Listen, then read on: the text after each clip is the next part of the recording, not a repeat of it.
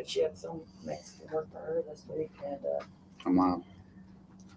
cutting her grass and like because she was wanting to cut her bushes and I just cutting the grass or whatever. She said that she looked out there and he's just zigzagging all across the yard, all different directions, and Really? so she quit cutting bushes and had to go show him how to cut grass. Like said, scalp the whole entire yard, like zigzag scalping it. Really? So I said, I thought I might find you another helper, but obviously not. Probably not. What's up, guys? Let me get everything set up. I see there's 5 of y'all in here already. What's going on? Make sure you can hear me and everything. Make sure everything's working. Like I said, we only do this twice a week, so we could have some technical problems. Probably not. I'm hoping not. Hope everything's set up nice and ready to go. So, how are y'all feeling after?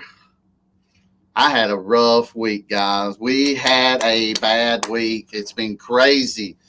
So, all right, we got Tank in the house. What's up, Tank? We got Landon is in the house. What's up, man? How y'all doing, man? How has your week been? Whew, because mine, if you can go by the thumbnail of this live, my guys have been macheteing all day today. But that's what Roberto wanted. Was you at the marina today? Landon, they were at the marina. I went in from time to time seeing what they were doing. But yeah, Landon, we were at the marina today. They're cleaning the banks up, man. The complete banks, like all the way down to the water. So yes, we were down there. Guys, y'all come in here, man. Let me know you can hear me. Let me know I'm coming through real good. Hey, man, Bayberry mowing, man, yes, dude. I saw today where you were a new subscriber. We got a new subscriber out here, man. What's going on, man? So glad you can make it to the live, man. So that's pretty awesome. What's up, Brandon, man? Good to see you, man. Way to be in here. That job looks tough, and it does. We're going to get into it, guys. Let's roll in to this live, get everybody in here, get everybody comfortable, start commenting with each other, and get the ball a rolling, and then we'll discuss more about this this job we got undertaken and took on at a time that we're in right now. Hey, Brian, appreciate you being in here. Hey, man, I know you emailed me this week, man. Hey, up at the top, pin comment. You can come into the live. Anybody's welcome to come into the live. As y'all know, Tank comes in here a pretty good bit, and we love Tank. We got Chad that comes in here. Race came in here. So anybody that wants to come on here, man, definitely, man, come in here and shout out, talk.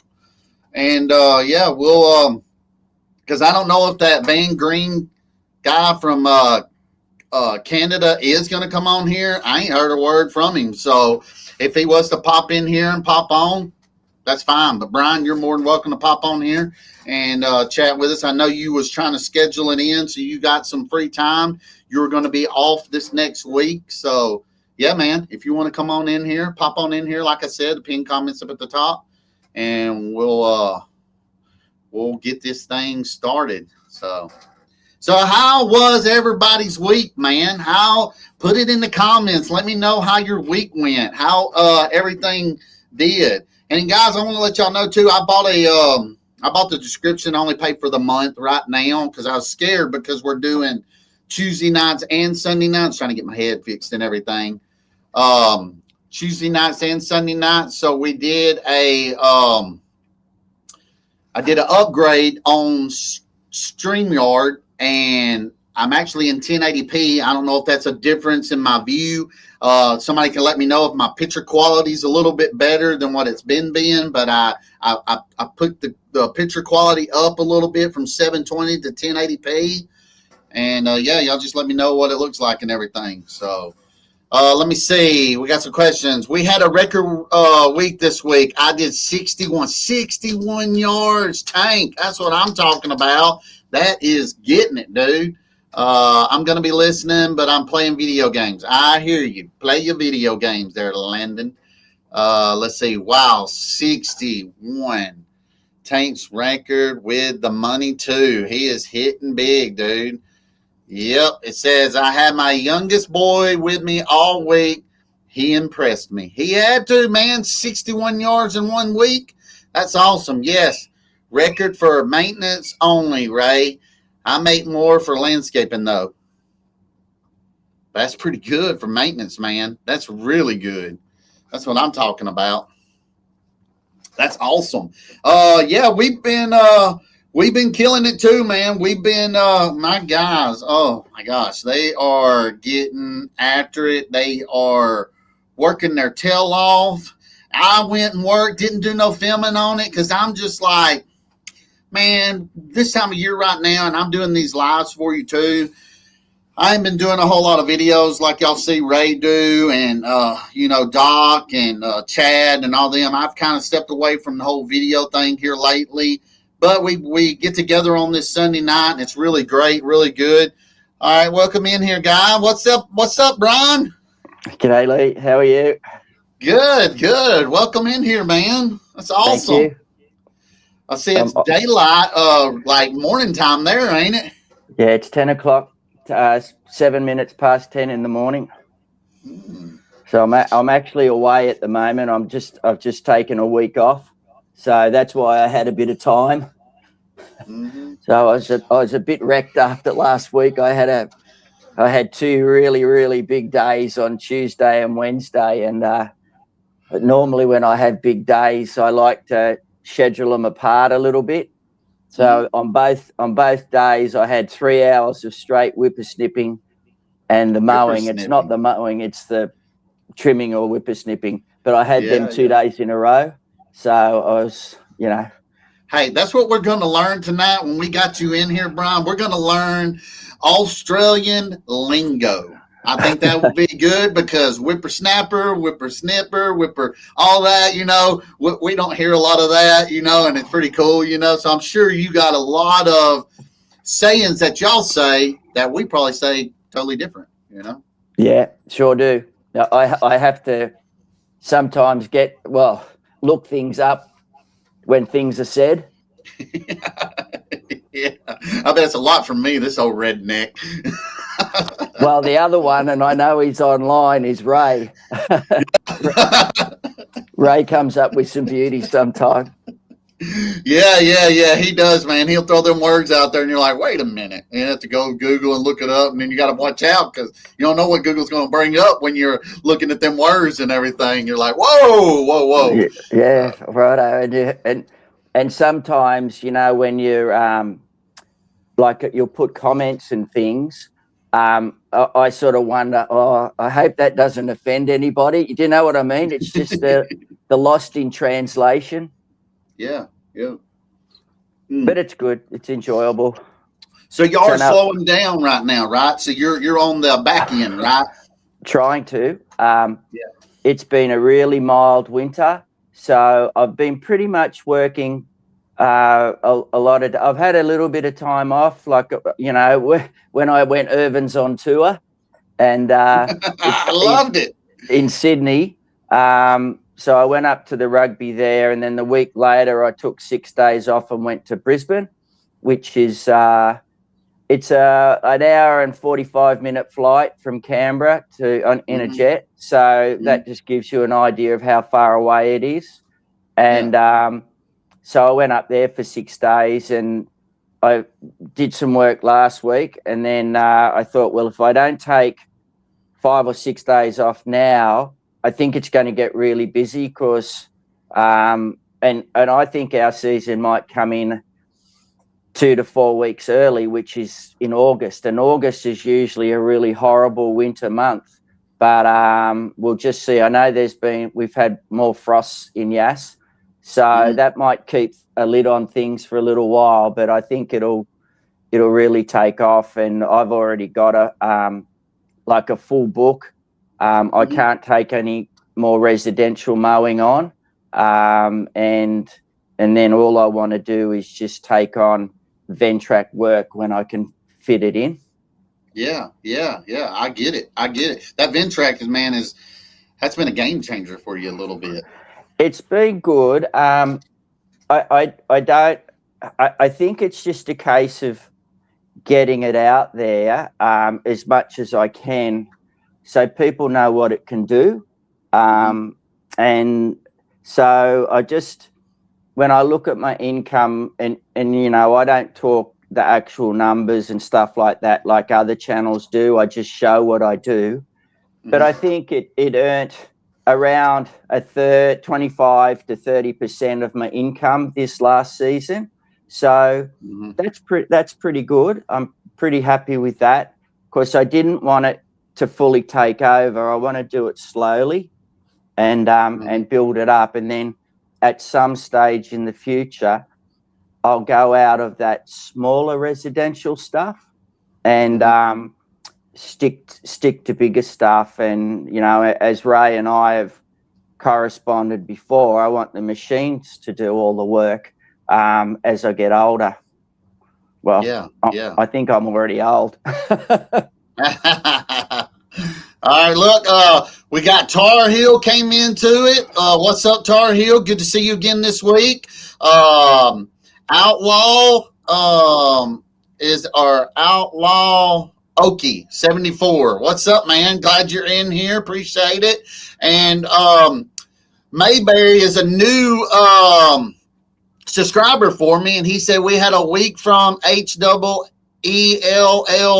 and fought rain all week, made a mess in one, vowed I would never do it again, worked all weekend to catch up. Man, we have been battling the rain this year, guys. I'm telling you, it is something strange of the amount of rain that we're getting right now, and we're hardly trying to catch up too. I had 3 jobs left over from last week, and so I went and cut them, and today they started on the big job that everybody I saw. I made a clip, made a video of cleaning them banks up and everything. And I want to talk about that for a second, Brian, if you don't mind. Yeah, go for it. So what we did, I priced that job, and you saw in the video, I priced it to where I didn't really want it. We don't really have time to do it. The guy don't want to wait until the fall when my guy slowed down and we could do it and clean it up then.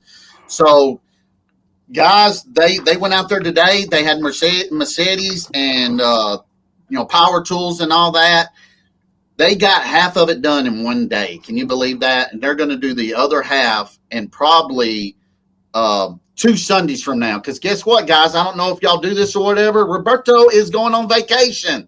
He is taking his family down to Pensacola, Florida, and I'm so excited for him. He's going to leave Friday and come back Sunday, so he'll be at work Monday. But he wants to take his kids and wife off before school starts back to let them have a little vacation. So we're going to skip another Sunday, and then they're going to finish it up on the last Sunday. So 2 days. I was scared it was going to take 3 or 4 days. They knocked it out. I think we're going to get it done in 2 days. And guys, what I bidded that for was $5,000. And that was just a number that I gave because that guy is pretty tight and he don't accept none of my bids.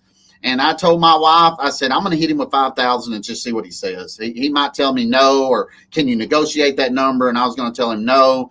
But I told him $5,000, and sure enough, about 30 minutes later, he texts me and says, it's yours. Go ahead and do it. I'm like, oh my gosh.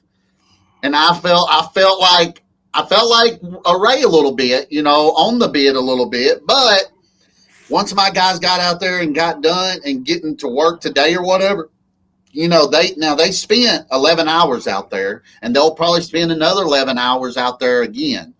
But I'm still going to profit money on that job, and I didn't do anything. They're handling it all. But yeah, I saw the comments that came in during that video. People were saying, hey, you probably should have, 6,500, or, people went higher, on the price and everything. I think Brian, you might have said 6,500 ish or whatever, but, I think it was a pretty reasonable price, being that they can do it in 2 days. but boy, it is hot right now, and trying to do it, yeah, it was pretty rough. The So, boys would have been sweating, Lee. oh man, they were dying, dude. They were dying today, and I'm gonna give them a little bonus for getting it done as quick as they can get it done for me, because I want to take care of them as well. So yeah, And let it me was- know your thoughts on that. Let me know in the comment section what y'all think about that, and yeah, what you want to add to it, Brian. That was such a huge area too, Lee. Like it was just, when you panned out and showed it all the way up the bank, and I was just going, whoa, like that was Yeah. huge. But and I was thinking, well, I mean, that's phenomenal that you think boys are going to get it done in 2 full days. That's just unbelievable. Yeah, I think a lot of the video was kind of like overtaken of what it actually was, because there was only spots and sections where it had that mimosa tree hanging off and everything, but other areas, it's just something they can just go in there with a weed eater, so they really wasn't pulling a whole lot of top of the trees up to the hill to put it in a dump trailer. It just looked, I guess, the way I panned it and looked. I mean, it's a big old area down there anyways, man. It was steep too, Lee. Oh, straight off. Some places are straight up and down. So there's a bit of danger money there as well. Yeah. And then that's why I kind of tried to do that, because this guy, man, he don't accept. He only accepted about 3 years, maybe 4 years ago. We started the marina. He accepted that price, but any other prices I've tried to give him or whatever, he won't accept it. He just like, oh, you're too high. And I'm like, okay, whatever. It's fine. I mean, but I still continue doing, because I've been doing his rental properties about 20 minutes up from that marina. He owns a lot on the lake, guys. He's super rich. He's like a billionaire. And I've been doing them for like 10 or 11 years. He just called me down here to handle the marina once his dad passed away and he couldn't find nobody to take it over. I gave him my bid then, and that's how I got it. So.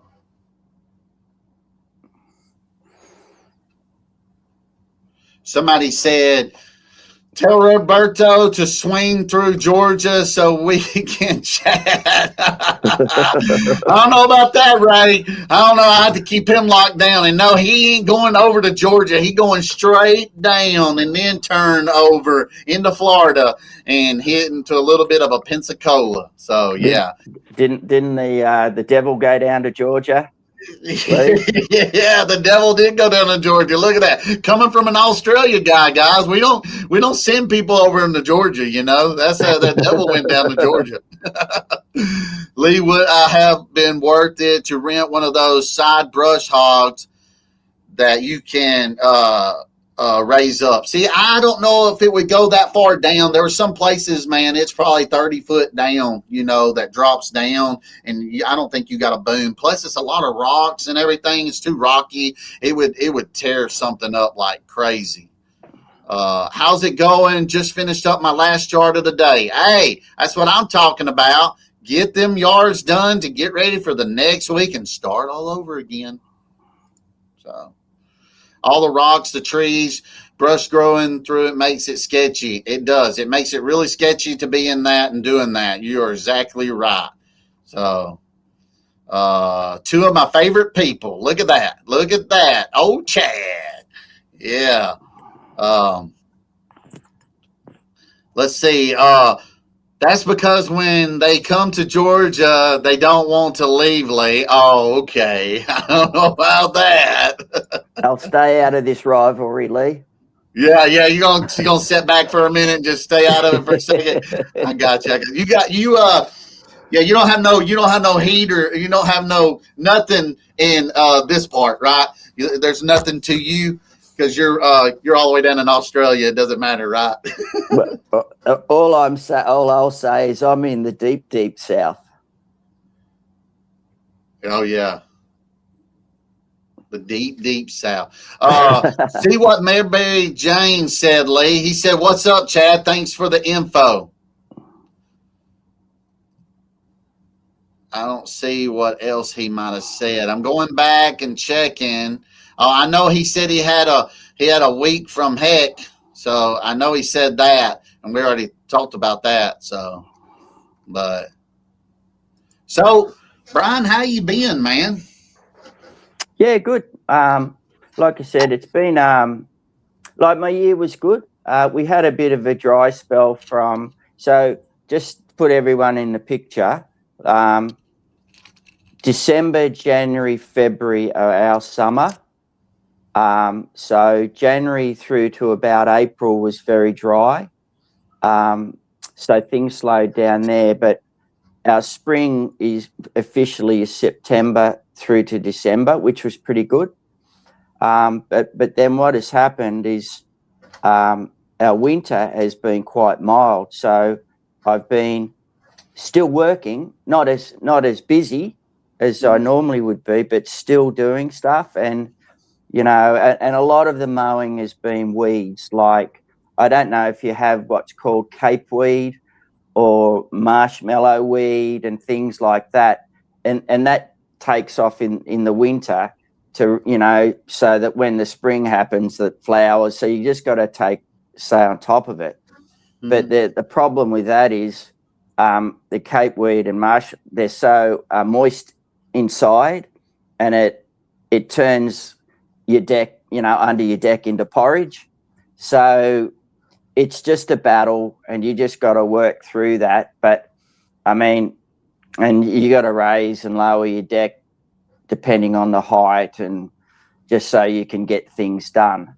But it's been, I'll call it a weedy, growthy winter. And if you don't stay on top of it, it'll be out of control once it starts to warm up in the spring. Mm-hmm. So, but everything, I'm really happy with everything. I've got a lot. Well, I'd have, and I know it's not like anybody else, but also the scale of my customers varies a lot. It's like you've got some small ones and medium and big ones, and I'm the same. But it's just me as a solo operator, and I'd have about 30. And then there'll be Ventrac work on top of that. So I just fit that in whenever I can, like one of my customers that I showed on the video, that's a 10-acre Ventrac job. And it's quite steep and rocky in parts. And one thing you guys don't have is wombat holes. So, and these wombat holes can be 2 and 3 feet, in diameter. So, and if there's weeds, you've got to be really, really careful and on the lookout for them. So most of the Ventrac stuff is acreage work to do. And I've done a couple of power rake jobs, which, I've been really happy with. That's an unbelievable attachment for the Ventrac. But the reason I did that is I want to sort of have what I call a small farm package for people, so that I have the tough cut deck, the power rake. I've got a stump grinder, which I haven't used yet, and I don't know how that's going to go, but I still want to be able to offer that in the package. And I've got what they call, it's not a loader bucket, it's called a power bucket. So it might only go a foot and a half off the ground, but I've also got a grapple that goes on it. So what I wanted to do was be able to offer, I'll call it a small farm or rural residential package for people, because a lot of those, we call them, here's some slang for you, Lee, we call them blockies. Blockies. Yeah, so, rural residential blocks. So they might be 2, 3, 4, 5, 10 acres, maybe even 20 acres. Well, and they might, because where Yass is, it's about a half an hour, 45-minute drive into Canberra, which is the capital of Australia. So a lot of people commute into there, and they don't have time, or whether it's, the resources to buy a little tractor or that sort of stuff. So that was my thinking, to be able to offer that to those people, and it's slowly getting out there. So So the blocky, is that like a partial? Is what we call over here in the States when it's subdivided land. We call it a partial. You call it a It was, block. yeah, a Okay. lot of it, Okay. yeah, a lot of Trying it to let was everybody really, know. yeah, a lot of it was full farmland originally. Yeah, And then and they what, subdivided it, right? yeah, so it might be a couple of 100 acres subdivided into 5 and 10 acre lots. And Yeah. yeah, so what do you call them? A partial? Yeah, we call them a partial. When you put it in partial properties, you know, from the say it's like the main family owned it, and then now the grandkids or the sons and daughters are breaking the land down. They'll break it down into partials. So I wanted to answer some of these questions real quick. Mayberry came from Chad. I'll have to get back with him and my lawyers and discuss what kind of get back I need to give to him. So Mayberry, appreciate you coming in. Chad, appreciate you bringing on another person to the live. I'm going to be owing you a lot of money, man, by the end of the year, probably. Who knows? You know, it's going to be a battle. Now, somebody was talking about wombats that you were mentioning, the holes, wombats. Now, we'll explain that here in a second, but I was watching a YouTube video this week, and it's crazy that you mentioned that.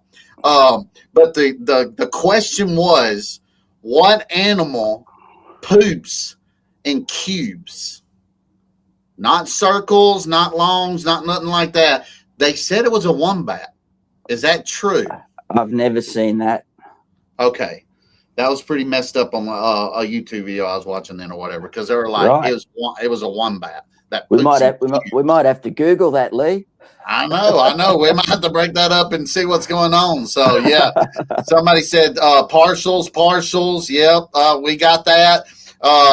Somebody said subdivisions. That's how they do it. And Doghouse is in the house. What's up, Dalton? Appreciate you being here, guy.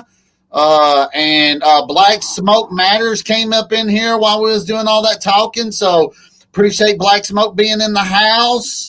And he was asking, I know he was saying something earlier about getting ready to see some kangaroo hunting, and I don't know if it was him or Tank said something about you got to use a boomerang. I can't even talk. Boomerang. Yep. So you is that how you get them around there, mate? I was going to say a long time ago, possibly. Not Okay, now. it's kind of like we do with a slingshot. Maybe we don't really use a slingshot or nothing anymore, but back in the day before bow and arrows, maybe they were doing it with a slingshot or something. So Yeah, they had spears as well. So yeah, I mean, it's not as prolific as it used to be, but still to keep them under control. I know there is we shorten every word, so we call them roos. So there is roo hunting, and there is a pet food market for them and that sort of thing. But the other side of that is they are a national symbol as well. So it's all done, carefully, let's call it. Yeah. Hey, Tank, I've killed many birds with a slingshot. Many birds growing up with a slingshot. He's like, what are you hunting for with a slingshot? When I was a kid, I was a deadly guy with a slingshot, no doubt. I'll set up cans and go pretty far and go as far as I can back, hit the cans and everything. I was pretty accurate with a slingshot when I was a kid. We had to use what we had, Somebody said I used it's turn.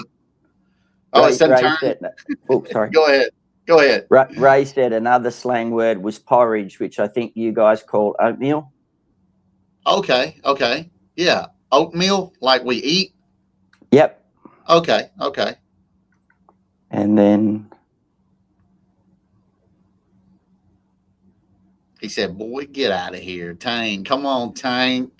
Do you charge to treat yellow jacket nests? Stung numerous times during the last couple of weeks. Carried a couple cans of Raid with me, but I have to make a trip back after they calm down. Yeah.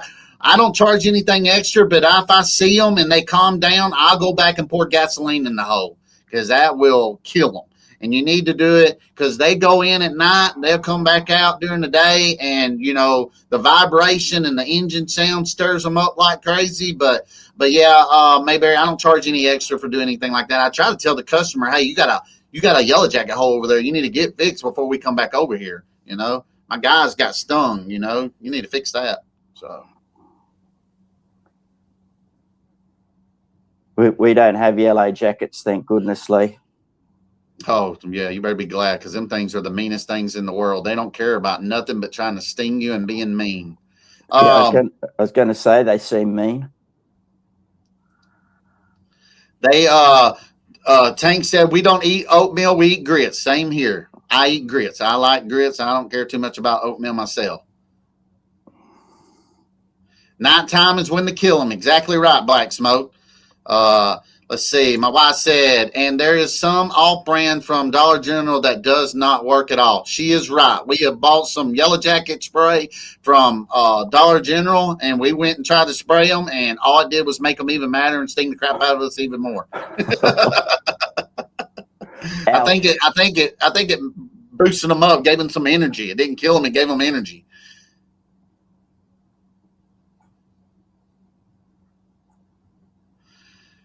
Tank said, gas at night, dig the nest up, and freeze it. Fish love the lava. Well, I guess so. Gas in the morning, best boat. Yeah, guys. Whoo! So I wanted to show y'all something else I saw where, and it actually works pretty good, guys. So I'm not affiliated with this company whatsoever. Not whatsoever, but my guys are killing themselves right now. So I picked these up. I saw where Florida Turf Pro was talking about it this week.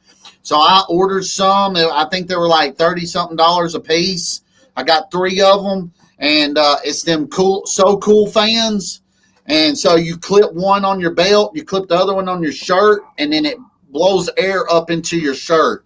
And I got them for my guys. They came in today. They wasn't able to do it with the banks and everything because it was already here. But we're gonna try it out this week, guys. I bought 2 of them. I bought 3 of them. I gave one to David, one to Roberto. And the way the guy talked, they'll say charge for like maybe 6 or 7 hours. So. When he gets into the hard part of the day, I told Roberto, clip these bad boys on y'all and try them out and see what they do. So I'll let y'all know and see how it goes. But you can also have it around your neck and it blow up into your face and everything. So, yeah, you're right, Tank. Pretty cool. We're going to try them out and see how they do.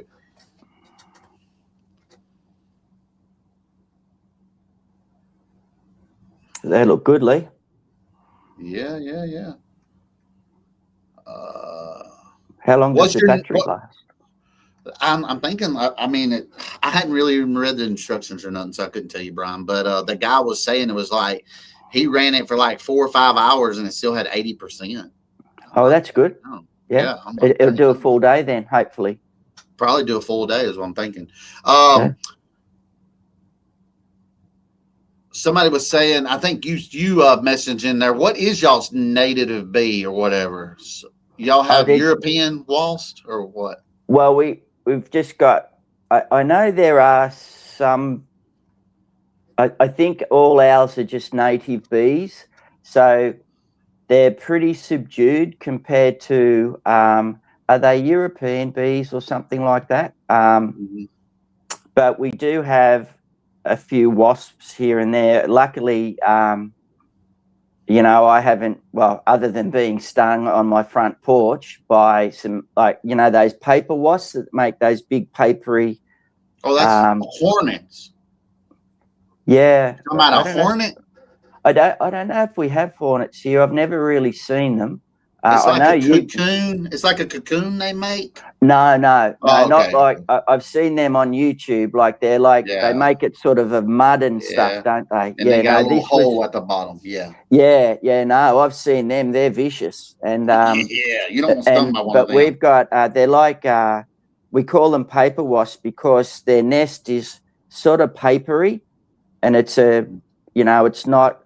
Anyway, they can be mean as well, but you just generally the spray will get them, but when you spray, you run because that's just like you. The spray Yeah. stirs them up and they get nasty. Hey, and Tank's right. I've been hit with a hornet before too, and the only way I can describe it to you, it's like imagine getting hit with a sledgehammer. Yeah. You know how bad that would hurt? That's about how it feels. I mean, it just boom, it knocks you back, dude. It hurts so bad. Yeah. Hornet Walls tomato juice. Okay. Or tomato. Hornet Walls tomato. I guess he's saying, hey, they're both no good. It doesn't matter. Yeah.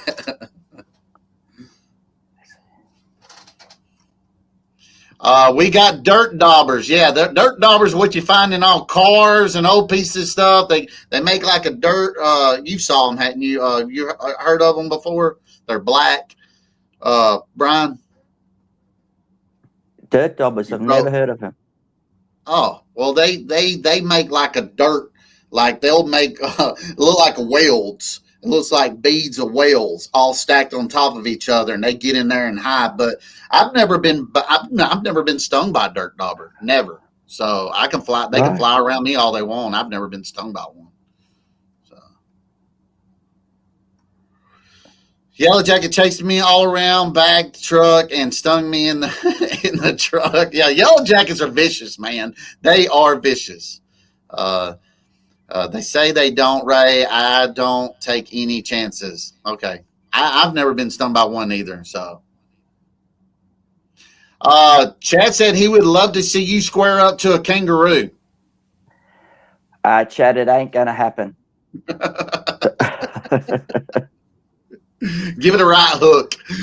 I've seen videos where they stand up and they're just mean. I mean, they're ready to go, dude. Yeah, you have to be really careful because what they do is come up. How their tail tail goes down in an S, and what they will do is they will come back on their tail and they'll go you with their big legs, so they'll actually. They can gut an animal or gut you with their legs. You have to be really careful. So, but generally they're pretty placid. Generally, except for the big bucks when things are happening. Yeah. Mating time. You don't want to be around them. That's what you're saying. No, they're aggressive. Yeah. Boy, these comments are coming in. What type of stinging insects hurt worse, Buddy Lee? What type of stinging insect? I don't know, man. I think a yellow jacket's pretty terrible, man. They're just flat out just mean, and they chase you. They don't like a red wasp and all that. If you swap out them, a lot of times they'll try to get away and all that kind of stuff, man. But man, a yellow jacket, it's just coming at you. It's just mad.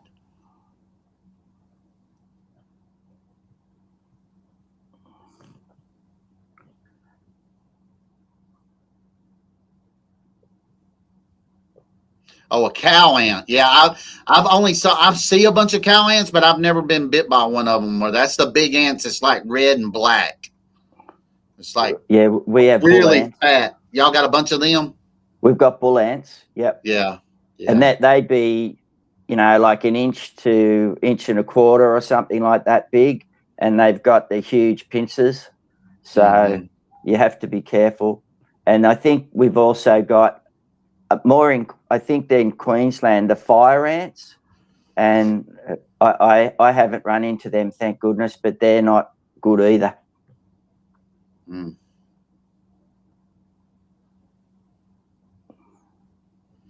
Wow, Steve Johnson said that he's been trimming, and that does happen a lot where they get into a shrub bush or whatever. But he's been. I think he said he ended up. They got him in the eye along with 20 other stings all over. Ooh, getting stung in the eye, man, that has got to be rough. Ugh.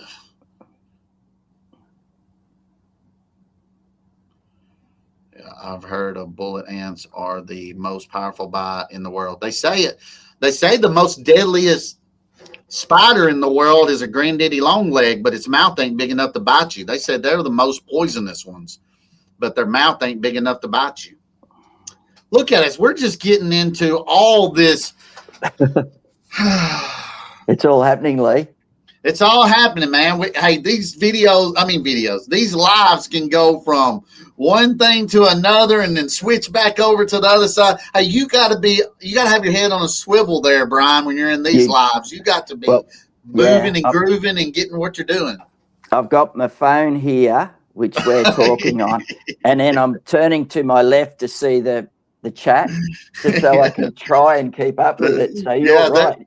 They're blowing in here, and they'll move you from one topic to the next, and you just got to have a head. You just got to be on point to think. Boom, boom, boom, boom. Yeah. And it's I'm not there, and then some of them, I got my ones in here to make fun of me a little bit, but it's okay, I can't help what my teachers, and I blame it all on them. They didn't give me a good enough education, Yeah. I think I saw Chase. I wasn't listening. Yeah, I think I saw Chase just put their bull ants. Bull ants sting when they bite you. You know it, and you know it for a couple of days. Oh, red wasps. I don't know. I've never heard of red wasps. Tahil, with the snakes, we have. Y'all got some deadly ones, right? Yeah, very. We've got the Eastern Brown, which I think is the second most deadly. Have you saw one out mowing and everything? Oh yeah, I might see half a dozen during the season, but you will see them generally. They'll be sunning them. How I have to go out on gravel roads and things. You'll see them sunning themselves on the road in the morning to warm up. But I've seen in certain spots when they shed their skin, and generally that's near where they live, sort of thing. So the antenna are right up then. And but what I try and do is I whippersnip everything first, and then I mow. So the snakes don't like the vibrations as much. So I just try and do it that way. The other ones are what's called red belly black snakes. They're not, they're sort of poisonous, but they're not deadly as the brown. And you'll find them around livestock dams and water more than anything. And I ran over one of them in the Ventrac. I was doing a dam wall, and I'm just going along, and everything was working really well. And then all this dust and everything went up everywhere. I went, what's that? Anyway, I've backed up, and there was this red belly black snake. It was as thick as my forearm. Oh man! Like, it was big, and he didn't look real happy. And so I backed off, and his head came up, and I thought, I've got to keep going backwards because if he felt cornered, he might, have a go. And anyway, what he did, and he was big, he was 6 or 7 foot long. It was a big snake. And he went across the top of the dam and in towards the dam on, where the water was. So he must have had his nest in there somewhere. But that was when I say eventful, you just have to be careful. Yeah. Now we have copperheads, we have rattlesnakes, but let's get on to another topic, guys, because my wife's probably up there just laughing herself off about not snakes. I am terrified of snakes. I'm completely terrified. I mean, we can talk about snakes all night. I'll be pulling my sheets back on my covers and making sure I ain't got no snake in my bed, man.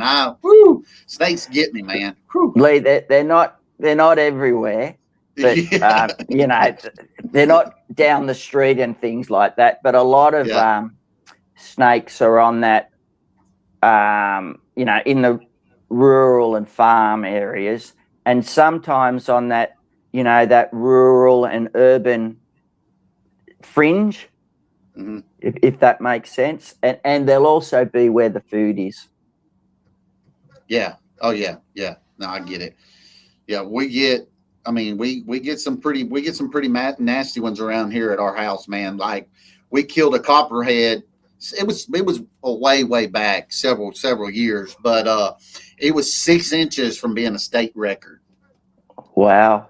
And they're pretty poisonous, aren't they? Oh yeah. Yeah, right. Yeah, they're pretty poisonous. Yeah. Same way with a rattlesnake, they're pretty poisonous, you know. But yeah, we let's go to something else, man. What else you want to talk about? Oh yeah, she said 2 inches. Sorry, babe. Okay, yeah, my bad. I'm 2 inches from being a state record. So yeah, it was really big, man. It was a really big snake. So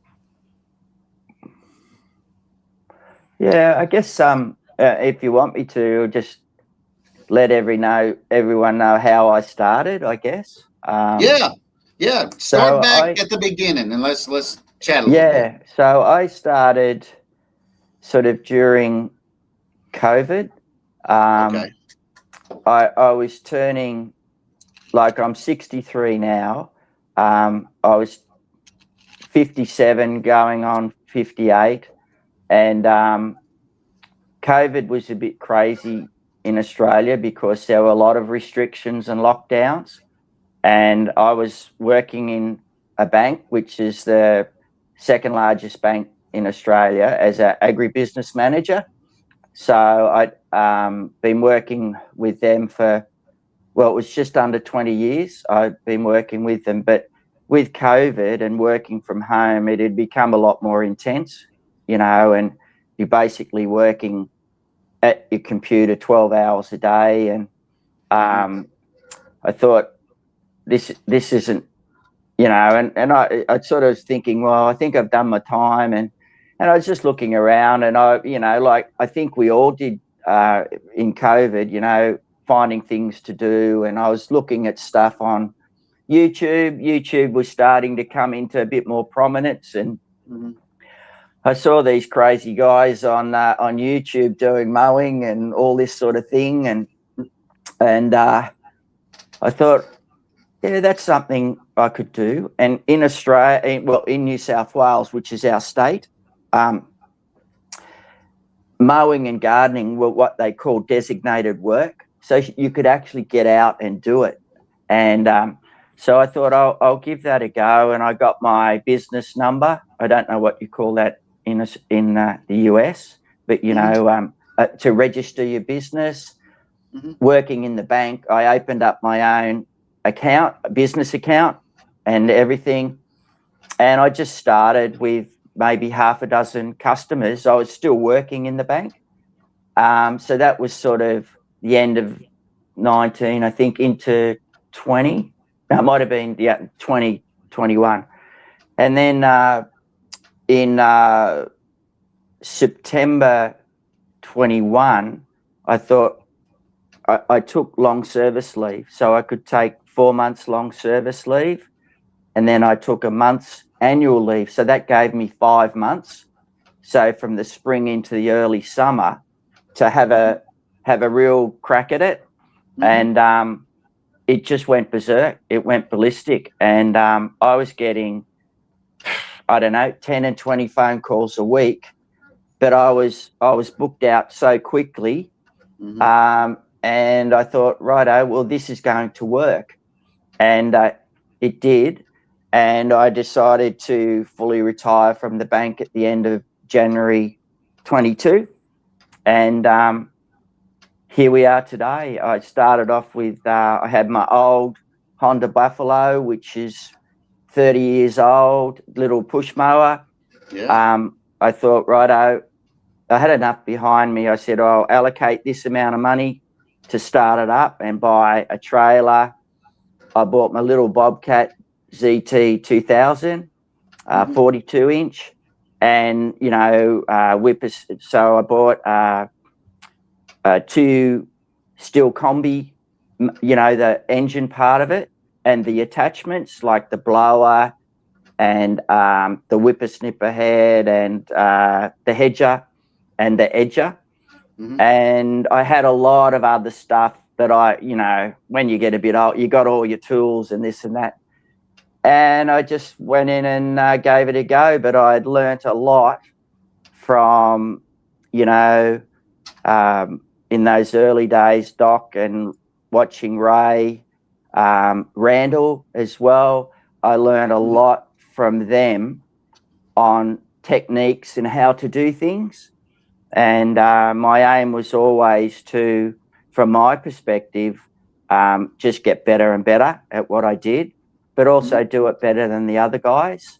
So I'm not necessarily competing with them, and I don't worry about them too much. I focus on myself and my own business just to get better. And all the feedback that I'd receive from people was, Brian, we just want someone that does a good job, that's reliable, and is, you know, let's call it on time within a reasonable, you know. So that's, but that's just business. That's, you know, like, that's all people want in normal business. And I got all that because in the bank, I wasn't about targets and stuff. I was about service and looking after people and using your knowledge to help them in that banking sense.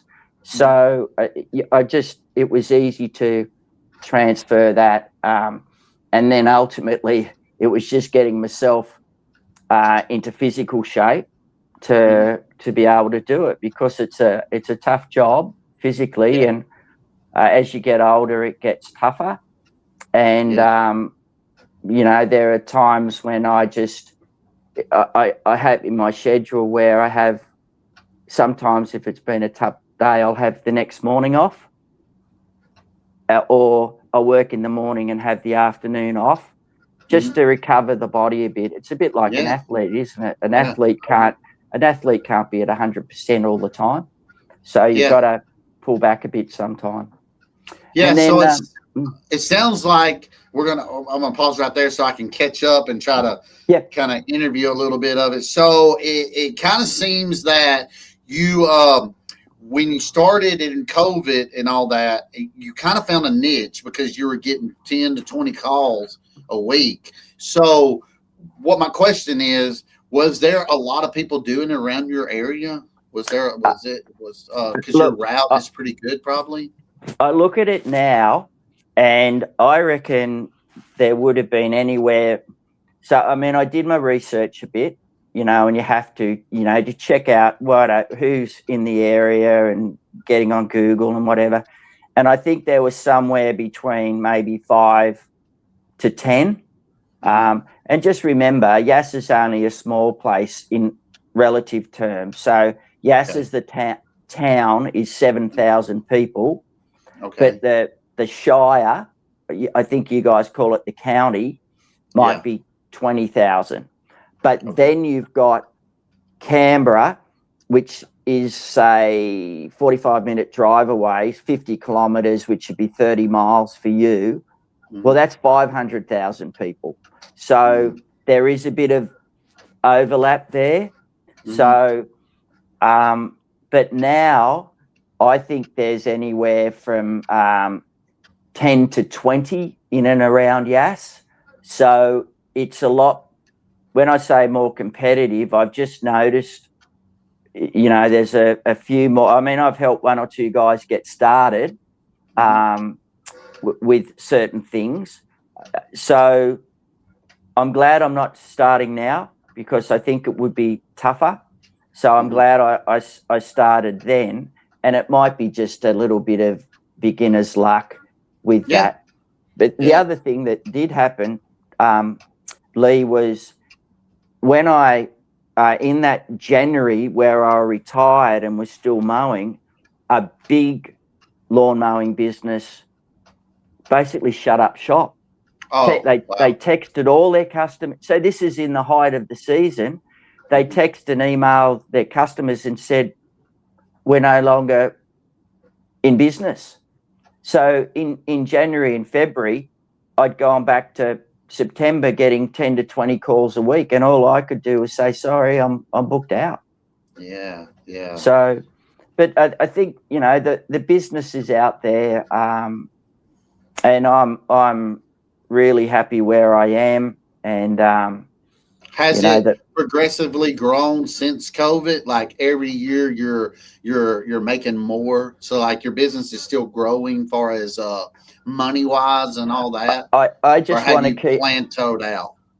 I just want to keep it at a certain level. Mm-hmm. So, and it is very different to a lot of others because in a technical sense, I'm retired. Mm-hmm. So, but then also, so I get like my superannuation. Do you call that? Is that 401k or? Yeah. Pension. So, yeah. So I have what we call an allocated pension, which I draw down on and get so much every fortnight. But then the other part of it is. Wait a minute. What's fortnight? We're gonna need to know that too. There you go. Bi-weekly. Okay, bi-weekly. Okay. Yeah. So we call Fortnite. People will be like the video game, what the kids play, Fortnite, you know. But yeah, we gotta. We're learning terms, guys. Here, that's what we're doing. So Fortnite is bi-weekly, so every 2 weeks. So that's so that's from my superannuation savings, and we call it an allocated pension. So you get that. But the other thing to keep a lid on it for me, and because I don't want to do any extra work from the government, is I keep it under a certain amount so I don't have to charge what we call GST, goods and services tax. Okay. So that if I had to charge goods and services tax, that's just an extra layer of administration to, I think, do you guys call it sales tax or something that you, and then you have to pay so much every month or every quarter? Yeah, federal and, state, taxes and everything. So yeah, so I just keep it at or under that level. And that works for me, and my income's fine. So you'll get penalized if you make more than what you're saying you're going to make after retirement? I won't get penalized. It'll just mean that I have to you have to get into a different tax bracket, is what you're saying, right? Well, sort of, yeah. So I would have to. So if I was working for you, we have 10% GST, goods and services tax. So if it was, say, $100 job, I would charge you 100 plus 10 GST. Yeah. So, but then I have to, when I collect that GST, I have to put it in a separate account to pay the tax office every quarter. Yeah. So you're right, Tar Heel. It's like capital gain. Yeah. Yeah, sort of. Yeah. Sort of. Yeah. Yeah. Well, capital gains is more on when you sell an asset here. You pay so much on that, whereas this is like what it says. It's a goods and services tax. So anyway, but it's just to me at my age, it's just another level of bureaucracy and administration. I just don't want to mess around with. Yeah. What's up, Jeff? Appreciate you being in here, man. I just saw where you popped on. We're doing good, man. Trying to get through these hot rainy season that apparently didn't happen in April and is wanting to happen in July. So June and July. So, Brian, something else I was going to ask you. Oh, so you never, have you ever thought about bringing in a helper, having a helper help you, or have you ever had a helper help you? Or? I'm going to say for about 3 seconds. It's very different here, Lee. So how, that's what I was getting at. How is the employee workforce over there? Like, you hear about it on YouTube all over here that people don't want to work. They, is it the same as it is over there? In some ways, yes. And, I see some of the struggles that everybody has with employees. Some are good, like some employees are excellent, some are bad. I guess that's life. Mm-hmm. But I also, maybe I'm just getting old and cranky, Lee, but I just don't want to have that hassle. I get it from a perspective of maybe a safety and a continuity perspective, like if I hurt myself well, that's it, isn't it, really? So I understand that. But also we have things, and I don't know if it's the same in the States. We have minimum wages. You have to contribute to superannuation. There's all these various rules and regulations and laws. And a bit like GST, I just don't want to have to mess around with that at all. Like if I was 35 or 40, don't worry, I'd have really built up my business. Built it up, That's what somebody was saying. Tar Heel, that's a good question. He just asked, since we're talking about that now, if you could start over, would you have done anything different? Or would you have done the same thing? If I was younger, I would have grown the business for sure. With regard to starting it, let's call it 6 or 7 years ago, no, I'm pretty happy with everything and where it's gone. And I'm very particular in and it's a luxury now. I can be picky with customers, as in who I take on. Mm-hmm. And one of my criteria now is I just want to be happy and enjoy what I do. It's not like when I was 35 or 40 where it's go, go, go, and it's so I don't want to have any stress. I don't want to have any problem customers. And if I feel they're not being upfront with me and honest and there's something a bit cagey about them, I'll just politely say, look, I'm booked out. But I am booked out. So as I said, I think that's a luxury that, but at the start, I took on anything and everything. So, and then ultimately you can weed those customers, any customers with issue, or I think you guys call it, you upgrade. And upgrade. And that works. Tank asks, what's your currency called? Your money? What do you call it? The Australian dollar, the Aussie dollar. Australian dollar. Just Australian dollar, Just call it the Aussie dollar. Aussie dollar, yeah. So it would be, it's about 70 cents to the US dollar, so 0.7. Okay. So when we go to the States, it costs us a lot more, and if you came here, your dollar would buy a lot more. Mm-hmm. Oh, okay. Brittany, appreciate the 250 joules. I don't know what that means. She put MVP on there. Appreciate that, wifey. Let's see. No state taxes here in Tennessee. So Tennessee don't have state taxes, and I don't think Florida does either. But Alabama gets hit pretty hard with them. So I like being solo and doing my own thing. Jeff said, and he said, "You sound a lot like me. It's not all about the money. It's getting up in the morning and enjoying what you do." Is what Jeff Lawn and Landscaping said. And that was one of my big aims, Lee, was to enjoy it. I mean, the last 5 years in the bank was it was a tough run. One of my colleagues, he left the bank, so I was what we call a relationship manager, an agribusiness manager, and I had a portfolio of customers. Well, when he left, the bank gave me all of his portfolio.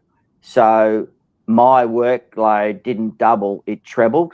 So that last 5 years, that was a hard slog. And I just said to myself, well, and that wasn't of my doing or anything like that. But when I did this, it was a case of I'm going to do it on my own terms, which is what everyone does. This is why we're doing it, because we're not working for someone else or working for the man. We're working for us, and we need to set our own rules, and ultimately, obviously, earn money. But I just wanted to be happy and enjoy what I did, and enjoy the toys. Look who popped in the comments. One of your big buddies. Tom Doby. Tom Doby. What's up, buddy? But I see everywhere, Jay and Jeff and Tank. There's Tom. Obviously Brittany, Tahil. And hopefully I haven't forgotten anyone else. There's been many of them in here. Now, Tar Heel just asked, what do you charge like for an acre, etc.? But how big are your yards that you do? So, I mean, are you doing big acreage? I know you were talking about a second ago with the Van Track, but as far as your maintenance size go, what's your average size area that you put? It would be from a small residential place. So that might take 30 minutes. And it's hard for me to say in feet and things like that. I'm just thinking of a couple of them, which would be, that'd be 50, I don't know, thinking up the back, that'd be another, it might be 70 square meters or something like that. But I have a minimum fee now. We can talk about it on the live, but like I said, I don't mention it in any of my videos or anything like that. But those smaller yards, they'll be $70 to $75. Yeah. So whatever that works out in. So that's your minimum, right? I have a minimum. I mean, that's just to rock up to the curb. I'll just quickly, so 0.7. Yeah. Look, that's $52.50 US. So, so they'll be just smaller residentials, and then I'll have some bigger residentials, and then the rural residentials, like the one I did. One of them, both of those the other day. They were took 3 hours to mow on my CT 6000. So that's the 52-inch. And so I'm different to everybody else. And I know this will cause a bit of discussion, but I charge by the hour. So I charge 100. So for the ZT 6000, I charge 105 an hour. That's going to go up this season because of fuel and everything else. And I guess, if I'm doing 3 acres and it's different because, some 3 acres you can do pretty quickly. With this one, is basically it takes 3 hours to do because there's a lot of going around rocks and trees and blah blah blah. So I think, I don't know if Ray's still there, but I think is he about $100 an acre or something like that? I think so, something like that. Like our numbers, people get into a big debate and they want to know numbers and numbers and numbers, but it's hard to do that in different areas, different customer types. I mean, you pretty much, I think, and we mentioned it before, maybe call some local people around in your area that does it and maybe try to get them to come price your yard. I don't know if that's the right thing to do. I'd be mad if somebody called me to come price their yard and they're going to start a lawn business or whatever. I'd rather them call me up and tell me, actually, Lee, what do you charge? I might give them the answer. I don't know, because there's so much work to do out here. I built a big relationship with my customers and, with my county and all that I got a good name for myself. We, like you said, we do what we say we're going to do. We're consistent, all that kind of stuff is hard. Like Ray says, it's hard to fire me, because, we've been with our customers for so many years, Yeah, that's what you want. I mean, the big reason I did it on an hourly rate is because I needed to get in my head how long it took. Do you know what I mean? Like to do a property, and you don't know that until you've actually been using the machine and you actually do the job to quote it at like you guys do at a flat rate. So I had to get it in my head. How long is this going to take? And I get what people say with regard to, they give them a quote at the start of the season when it's busy, and a lot of the cream gets burnt more at the end of the season because the grass isn't growing or it's easier to mow and you can do it quicker. So I get that, but I'm not too worried about that because for me it's not a big amount, if that makes sense. And the other, and that's where I am sort of now with the Ventrac still a bit, just getting an idea of, like, if I'm using the Tough Cut, how long that's going to take me to take, when you're just looking at a place thinking, oh yeah, that'll take me 4 or 5 hours, or, and I've got better at that. And now I've got to work out how long it takes with the power rake. I get it. So anybody, what I was going to say is, if anybody else wants to jump on the live tonight, they can. And I know I should have mentioned it earlier. Let me, I'll put it back into the screen up here, new onto the comments, so it's updated. But I just wanted to, say that again, that if you want to get in here to the live, you're more than welcome to. Anybody can come on here. I love to see some new faces, old faces. It doesn't matter. It seems like we get in here and we chat and talk, and the lives are great. So, I just wanted to throw that in there. It's pinned on the comments right now. So if anybody wants to join, they're more than welcome to. So I'm sure Brian wouldn't mind. No, go for it. So, but talking about, since you're, it ain't been as long as I have been, doing lawn care, 17 years. You're a little bit more refresher than I am, going back to, COVID time and all that. How did you come up with your pricing? What kind of research was you doing to get to help you out on pricing stuff? Well, and maybe that might help somebody in the comments or whatever, Well, I did see, that business that I said shut up shop in January. Well, they had some of their pricing online.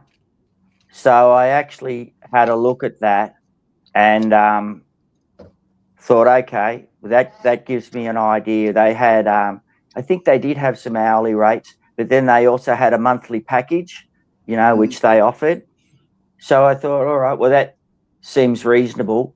And I working in a bank, I did my numbers sort of from that. And then on checking a few others here, and not necessarily in my area, but within Australia, let's call, there's a few here and there that you might see a rate.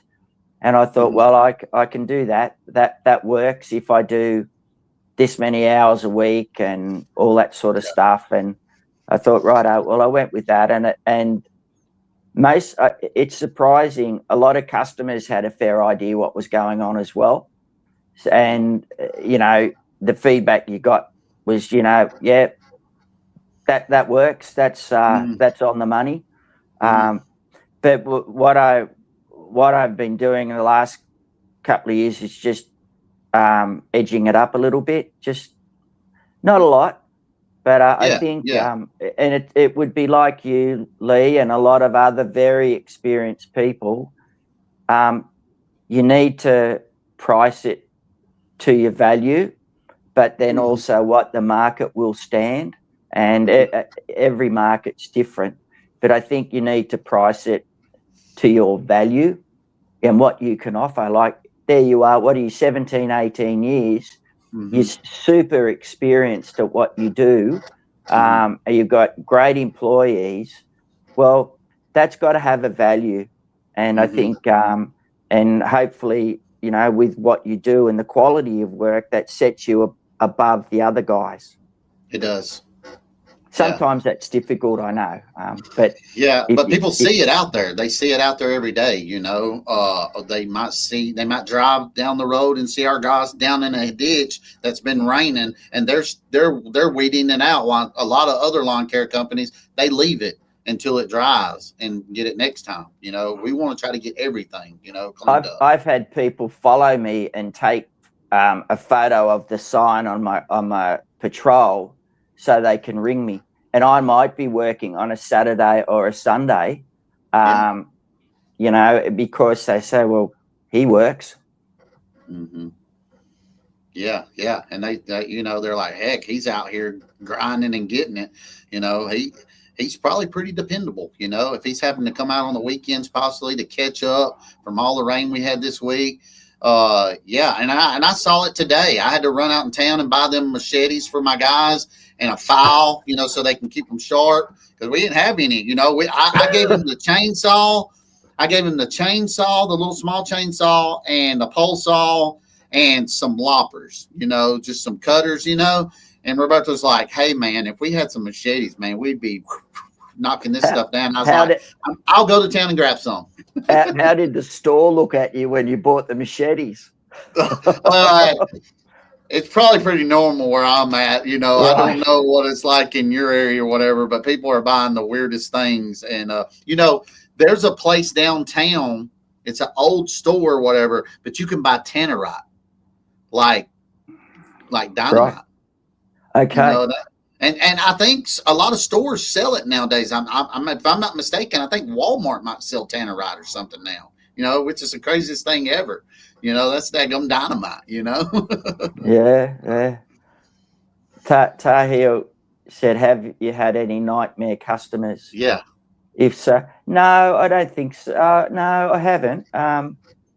Most have been good. And I think a bit of that goes back to, let's call it screening your customers a little bit, but it's also like, I'm not in a town of 200,000, 300,000, 400,000 people. I'm in a town of 7,000. So and I've been here for 20 years. So you have an inkling who the goodies and the baddies are. And the only two customers that still gets me because of my money background is customers that haven't, let's call it, fully paid. But they'll, if they leave a message for me, they won't get a return phone call, because look, it's not a big amount of money. It's $200, but it's still the principal. And those particular customers I did a lot of work for. So that's, you do that, as far as I'm concerned, you're gone. Mm-hmm. Yeah, he already said what type of weed eaters and all that he uses. He uses the steel. And guys, if y'all hadn't, please subscribe to Brian. Go to his channel and subscribe to him, dude. He puts out videos and he shows all his stuff too and everything. So just go out and Brian, if you want to just plug your name and everything in the comments, go ahead, so they can go to you and subscribe. It's just, I think, is it Brian Welsh, Prime Cuts Lawn Care? Yes. That's just me. So, yeah. A lot of these guys in here are probably already subscribed to you, but we had a couple newbies in here today, and maybe you can pick up a couple more subscribers and everything while we're in here. Well, I think I'm 596, so I'm 4 off 600. So, oh, wow. Yeah, no, Lee, I think I've said it before. I never thought I would ever get to 100, let alone close to 600. So how I look at it, imagine having 600 people out in front of you. How crazy is that? You know? It is. That is crazy. Yeah. So, Tahil asked me what sort of whippersnipper I use. It's a steel combi. I think is it a KM94R? I saw Chad yesterday, and then actually Ray this morning talking about their 94Rs, and I've never had a problem with mine. But it's funny, I've got 2 of them. One has my whippersnipper head on it all the time, and the other I'll use the other attachments on. But they're the same motor, but they're completely different people, like the way you start them and everything. So, like I was watching Ray earlier this morning about, the choke and the spring on it, and mine were one of them I have to put the choke on and generally the third pull and it's right, and then you just let it go, and then the other one, don't put the choke on it because you'll flood it. So, but I've had them both since the start, but obviously I don't do as much as you or Ray or Chad. But and the only thing I've done is on the whippersnipper one, I've replaced the carby, and that was. Do you do it yourself? Another question was up here. Do you do your own maintenance? Generally, yes. I'm really lucky. I've got Tom Doby Mark II, who lives next to me. He's my neighbour. So Wayne, he's a chainsaw expert. Like, he does chainsaw training for our state emergency service and everything. So he sharpens all my chains, like for my chainsaws and everything. And he would have 80 antique chainsaws in his back garage. So what he did, he does a lot of servicing for people. Oh, look out, here's trouble. Hey, we already got it, Brian. We already got it set with the lawyers, and I mean, we had to go through all kinds of stuff to get this man on here. But hey, what's up, dude? What you got? I can't see it. Oh, is that Tim Tams? Tim Tam. Mother is running low. Oh, Toby. I can see it on my big screen now. You got a care package, didn't you, one time there, Tom? I did. Yeah. It was delicious. That's awesome. I don't leave them in my fridge anymore because I can't stop at one. I just want to thank Mr. Brian for sending that care package. That was great of him. Pleasure. You're right. Hey, what I want to do now, I'm so glad you got on here because it has been a big topic the last couple of days on weed eaters and what's going on with them. And, you the man. You're here, man. So the everybody's about the 94Rs and what's going on with them. The heat, open the fuel tank and try to get them from unvapor locking and all that. Break down a little bit for us, if you don't mind, Tom, of what's going on with these guys, weed eaters. Crack that gas cap. That's all you got to do is crack that gas cap. It sounds just like that. Papow. Papow. Hey, Tar Heel said he uses steel too. He likes the FS70 and the FS90R. I love the FS70s, guys. My guys will wear them things out, and they work great. And they don't take much to pull them and crank them either. I've used the FS85 for 27 years, and this never let me down. Lee, can you just give me a minute? Okay, go ahead. I'll be back. I'll be back in a minute. Hang on a minute. Okay. All right, go ahead. So, Tom, how busy have you been? I have been so busy. I have actually marked myself as permanently closed. I'm pissed off. I'm just aggravated. I actually cursed a customer. Have you ever done that? Yeah. Have you actually ever done that? Yeah. The regional manager at one of our apartment complexes, me and him got very heated a couple weeks ago. I just watched a video on another channel about a it's an auto repair channel, and he got into a heated argument. Is it the times? Is it the heat? Is it what is it?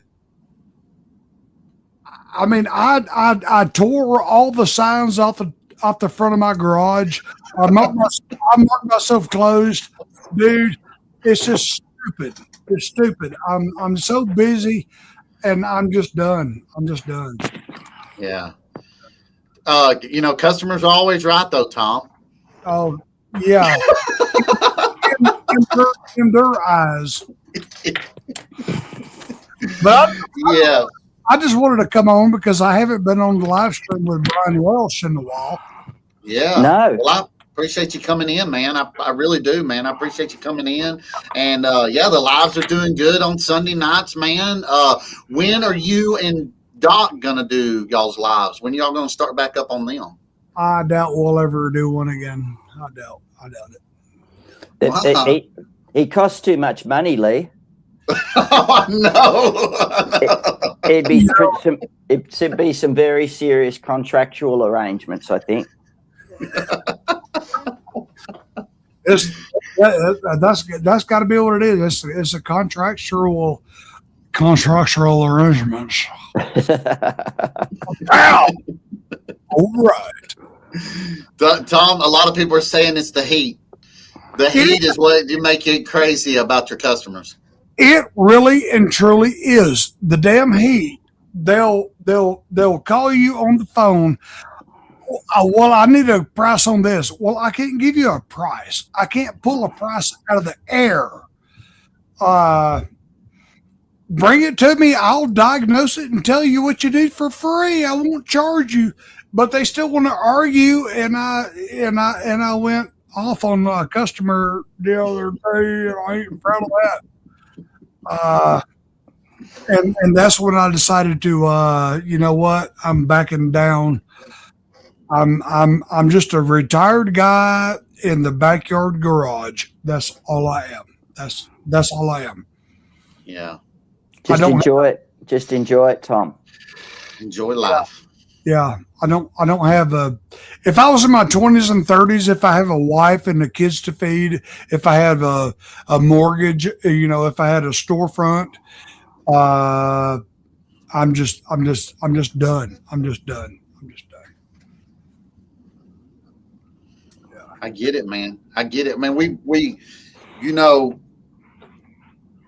and sometimes that can break you a little bit, you know. I mean, we're out here servicing people, trying to do the best we can, but a lot of the negativity that comes on to your business and everything, man. After so long, man, it's like me, man. Like you've been doing it a long, long time. I've been doing grass cutting a long, long time. That guy just came at me the wrong way, came at me a little sideways. Really, what it was, I got on the phone and Roberto called me, and I can hear the guy in the background just cussing Roberto out like crazy. And I'm like, Roberto, what's going on? And it's about that broken window and all that. And I said, give him the phone. And when I gave him the phone, he started at me. I said, hey, man, I'm an hour and a half away from you. I can get up there. And I promise you, when we see eye to eye, there ain't going to be no cussing going on. You're going to respect my guys, and you're going to respect me. You know? Yeah. When this guy called, it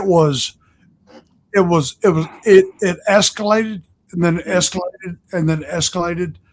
And I tried and tried. See, I don't run a business. I'm not a business. You got to understand. You got to understand. I'm not a business. I'm a retired guy. But when you call me and you escalate, you can't do that. There's going to be a whole lot of hurt feelings. Yeah. And that's when I went on Google and that's. And it's interesting, isn't it, when people, we call it they're having a go at you, but all we're trying to do is help them. Right. So if you're trying to help or get out of a situation, what's the point of actually, getting more and more tense and stressed and everything like that? It's they're not doing themselves any favors, are they? Because you just get your back up. And then you just say, that's it, no more. Right. And I have that luxury of saying, you know what? I'm marking myself closed. I'm taking my signs down. Y'all can suck it. I have that luxury. And yeah. It's just I have what I want to say is I have acquired what I need to acquire, and I'm just done. Yep. From now on, I get it. From now on, it's just fun. It's just for fun, and And Tom, that's where I was in at the end of 21, 22, working for the bank. Right. I was done. I just, when I say not in a bad way, but you just get to a point you say, no, that's enough. And, with the mowing and all that. And I was really enjoying it. And it was a different dynamic. When you deal with your bank manager and things like that, it's a bit more tense, it's a bit more serious. But right. in the mowing side, for me, it was a different interaction with the customers. And then also, when you finish the job and you look at it, you think, yeah, that looks good. I'm really happy with that. And then you might get, when you send your invoice off, you might get an email back from the customer saying, Brian, this is just fantastic. Well, thumbs up. And that's what I like about it. And I don't want any drama. I'm too old for drama, and I'm too old for confrontation with people. I just, like you, Tom, if that happens, that customer won't be my customer anymore. Mm-hmm. Yeah. And like you, I have fired customers. I fire customers every week. There's a customer, I tell them I don't want to work on their stuff. What was that? CR read it out. I'll put it on the screen. Yeah. Why do you see so many people, many more negative comments about steel products compared to Echo? It's because people use steelers. Back in '99, I was a steel dealer, and I bought everything steel had to offer for my personal self. And I still use it every weekend, and it still runs fine. Never done nothing to any of it. I was hoping that was a comment saying,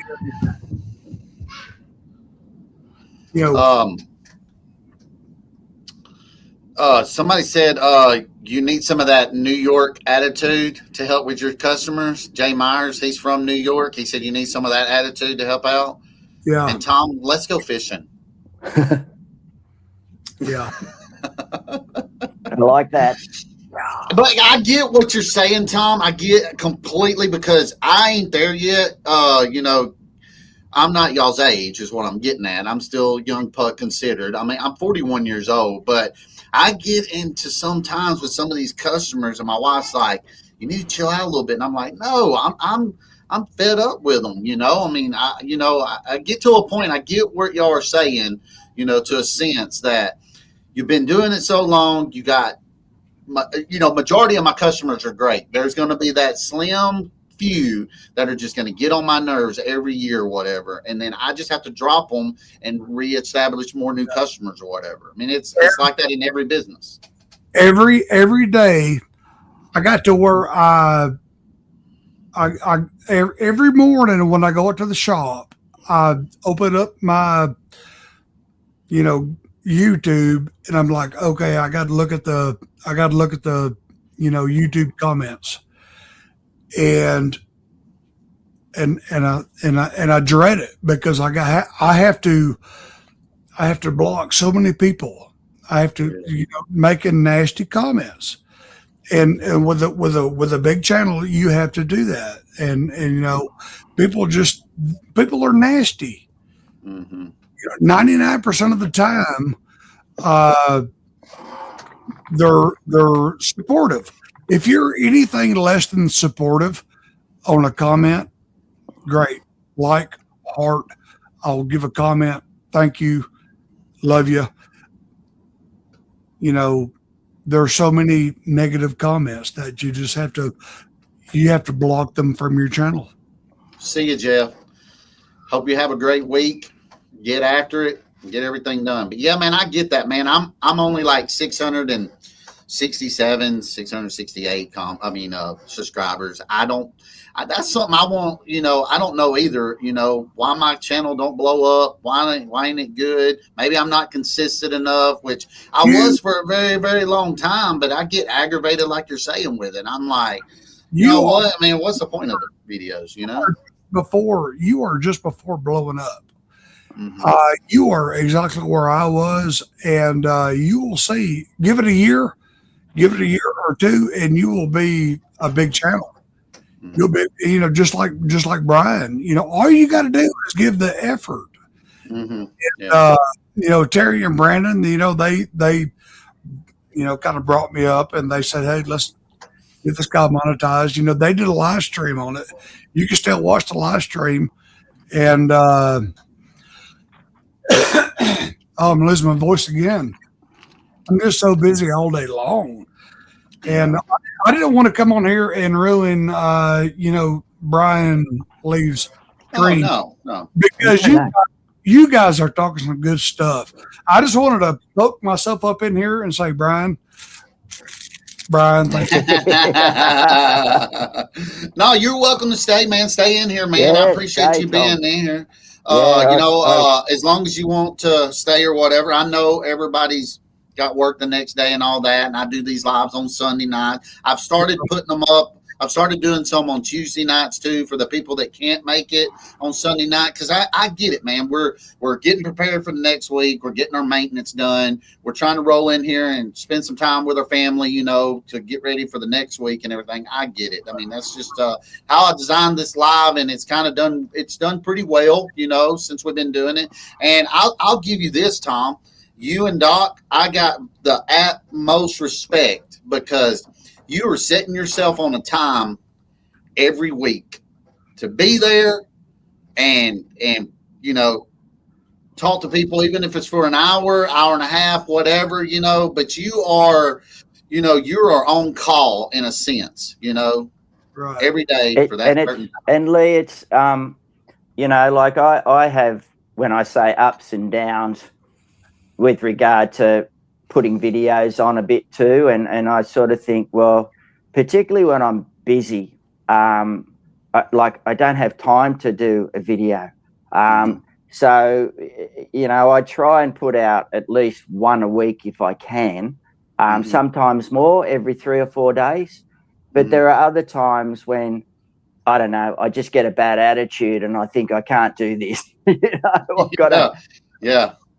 So no, and Tom knows, you know, with Doc as well, and as I said, with Randall and Ray, I learnt so much from you guys in those early days, just how to do stuff, and I'm just so grateful and appreciative of all of that. And then let's call it Tom's expertise with fixing stuff, Yeah. and just watching it and how he does things. And what's he got there now?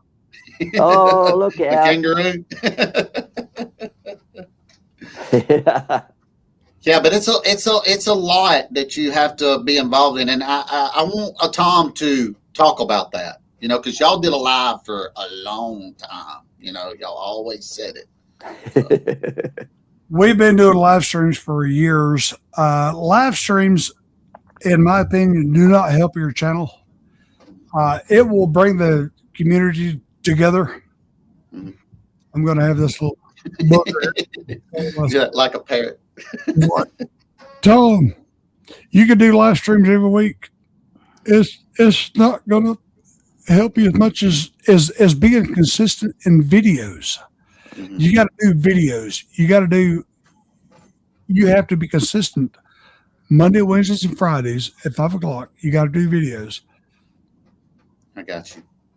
Let me see if I can do this one more time. The other thing too, with that is, you know, where we are, Lee, is the videos don't pay us a cent. Like Yeah. I've got nothing out of the videos, and you got to focus, like, let's call it in these early stages a little bit, where the dollars are, and the dollars are in our lawn care businesses. Yeah. But it's kind of like with everything else. You put your time in, you get rewarded later on. You know, you got to be able to put your time in with YouTube. And I get it, you know, put your time in, you know, just like if you're in business, if you're working for somebody, you know, Right. You don't get raises and raises and raises just because you show up. You know, you got to perform a little bit, you know? Right. And just like this little feller, he is trying.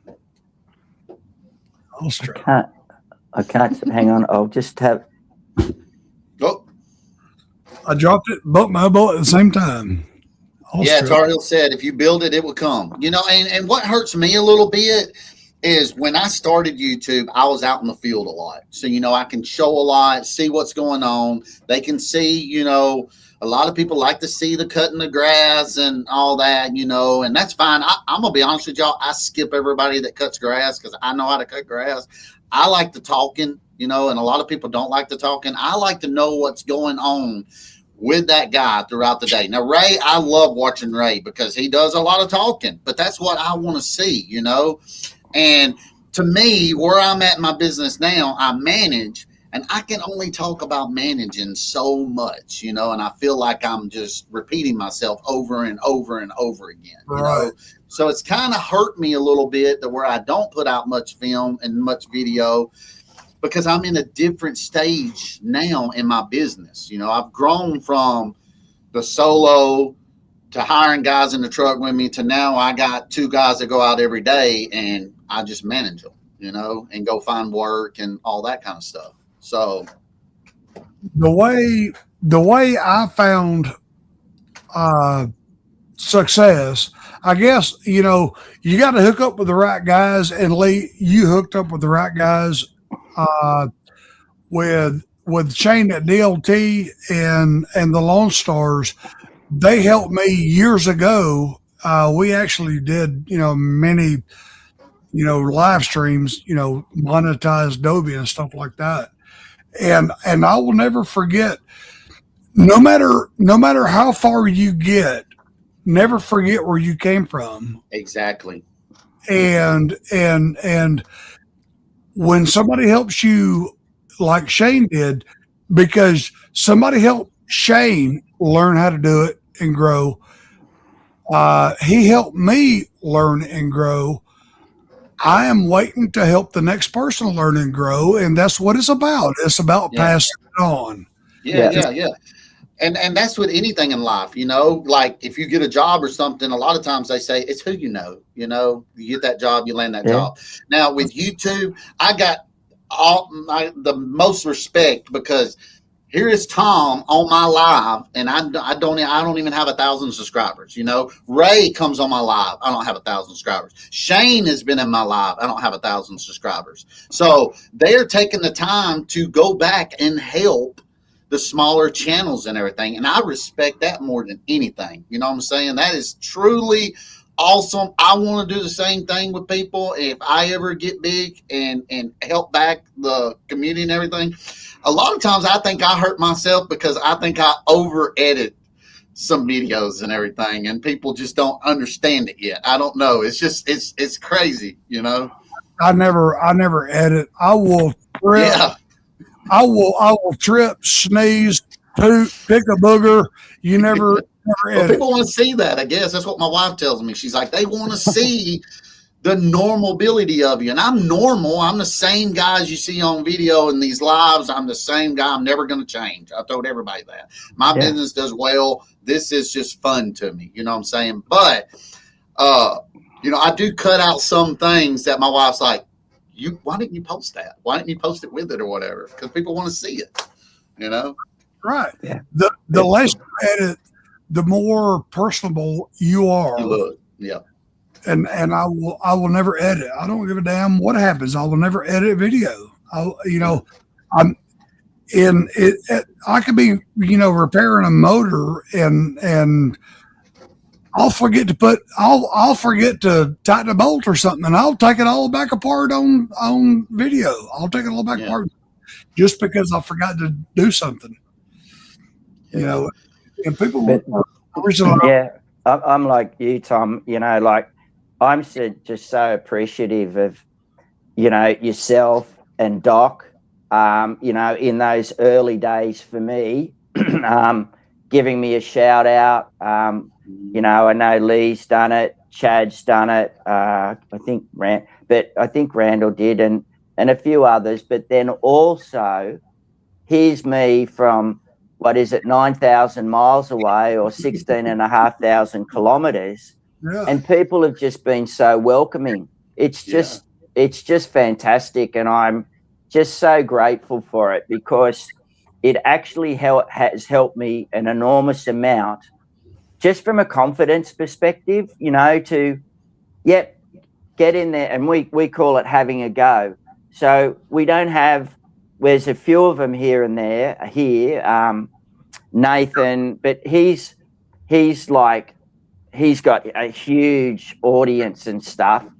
But for me, it was more like you said, Lee, about a community that I can, stay in contact with and help me grow and get better at what I do. But, Yeah. And, you can chew the fat on stuff and you can get information, and it's just been really excellent. Yeah. I tell you another guy that's got a really big channel that has commented on a couple of my videos and all that. That's Sean Lawns. I mean, he'll come back to some of the smaller channels and interact and do all that. And I think that's pretty cool too, because he blew up. Great. He blew up really fast and big too, Sean was great, and he's what was his young bloke? The little I think of his kid's name, and that's pretty. Anyway, yeah. but I haven't seen Sean any videos for at least a year, so Yeah. I hope he's all right, because I really like Sean. I really think he's a great bloke. Yeah. what was that? CB, is that Chad CB? Yeah, Chad. He had a problem with his mower, and he wanted me to ask you about it and everything. That I actually helped him, because I'm going to have to tell you, I get more than a dozen emails. I've got 3 different email accounts. Okay. I get so many emails every day asking for help. I can't fix it over email. I get so many text messages. People will text me, "Is this Tom W. Lemon?" You talk like me sometimes. Anyway, I get so many. I got 3 email accounts. Uh, I get so many text messages on my phone, Yeah. and I just can't keep up. I just can't do it. Yeah. I just can't help everybody, and it tears me apart. I just can't help you. In a lot of ways, Tom and Lee, I'm sort of happy I'm around whatever the subscribers I have, because then I don't get overwhelmed in the comments. But and sometimes I don't get a huge amount of views, but I might have 20 or 30 comments, which is what I really like. I really like the interaction with people. Whereas if I had, I don't know, like yourself and Doc and others, 10,000 subscribers, I mean, in those big channels, you can't stay personal with people. Yeah.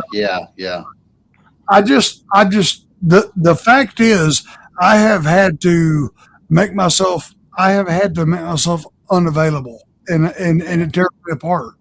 Yeah.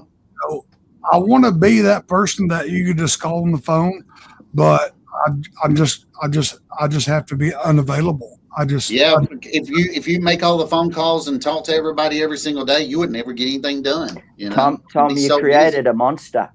You did. It is rare. Let me tell you this. Back in the 90s, when I worked for a shop, okay, I was a mechanic. I was back in the shop.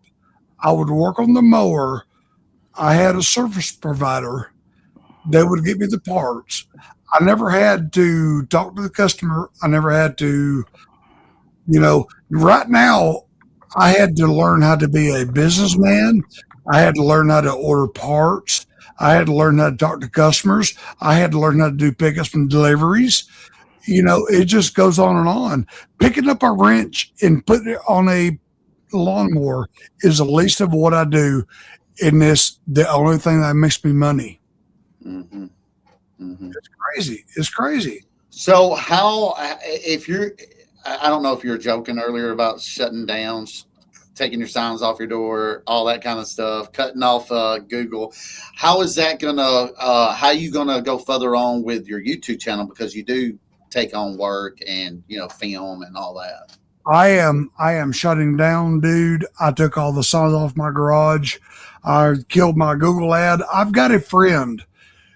I really shouldn't say this, but I've got a friend that works for Google that I can call, and he can make things happen. He's made it happen for other friends of mine that has other businesses on Google. I'm going to make a call to him tomorrow and say, hey, shoot an email to say this business no longer exists. I am retired. I'm done. I'm done. But you're not done making videos, right? No. I will continue making videos. I have built up a clientele. That's all I wanted to do. Okay. I got you. I will continue to service my clientele. And that's how I'll continue in the future. I'm not a big old storefront business. I don't have employees. I don't have, wife and kids and mortgage and all that kind of crap. But I'm just done. There's so many more things I want to do in life that I'm just done with this. Yeah. And Tom, you think about that as you get older, don't you? About other stuff in your life. Whereas when you were in your 30s, 40s, and maybe even sort of early 50s and stuff, you don't think about that as much. But as you get older, you've got more behind you than you have in front of you, and you do think of other stuff and what you might want to do and your quality of life and all that sort of thing. Right. I have a terrible quality of life because I've got people rolling up on my home. I don't like that. I don't like that. I don't like that.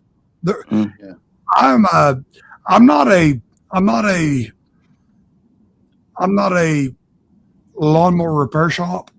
Mm-hmm. I'm just a retired guy working in his backyard garage. Have you had any interactions where you had fans come to your place and you didn't, you weren't expecting it or something like that? I mean, has that happened? All the time, and I've got so many messages on my phone. Wow. All the time, messages. I can show you on my phone. They'll send a message. They'll say, "Is this Tom W. Mower Repair?" I just want to answer it. Yeah. It's dangerous. Yeah. Because you still want to be private in your life, Yeah. I mean, even though you have a channel and you do what you do on YouTube, but it's different, from reality over private life. This is my home. Mm-hmm. I've got a contractor coming out next week to put up a gate at the very end of the driveway to go from hedge to hedge, so nobody ever has access to any property. Are you going to do an automatic gate? No, it's going to. Just give me a second, Lee. Okay. So I've got to do that. No, I get it. When your channel grows and gets bigger and bigger, you got to watch out for things that you film and show, because your life is different than the two. That's why I quit doing live streams. That's why I quit doing anything like that, because I'm so worried about swatting and all this other stuff. You can't believe what we've been through. And when I say we, I mean, Doc and the Lone Stars and stuff like that. Yeah. Over the years. It's just stupid. Yeah. And Chad just said, hey, that's why I'm looking forward to having a shop building, Tom, because it's going to be away from his property, away from his home base. Right. It's just, it gets stupid. It does. Yeah. Even today, like I said, I've had 3 customers call me. Come on, guys! I go to church. I go to the grocery store. I cut my own grass. I have to have a day for myself. Yeah. No, I get that too. And the hours and stuff on your thing where it shows that maybe you're off on Sunday or something. That way they don't come in, or they don't even care. They're going to call anyways, right? Oh, they will. The established customers. I talked to a guy that owned several restaurant chains. He said, man, you have to train your customers. And that's true. You can train your customers. You can do that. You can train your customers. Mm-hmm. You can actually train your customers. Yeah. And like you said, probably 99% of your customers are great. Oh, they're great. I turn away a lot of people. I turn away a lot of stuff, and I mean, just like Chad says, obligated, man. You have to train your customers. You have to set boundaries. Put the damn gate out there. Put the damn gate out there, boy. It's a bit. I won't say scary, but it's a worry if people are just turning up, not to get their mower repaired, but just turning up out of the blue, sort of to meet you, Tom. That's, because your privacy is your privacy. It's dangerous. That's why you'll see probably on a lot of my latest videos, maybe not, you'll see targets hanging on my garage door where I've been doing a lot of target practicing and stuff like that. Yes.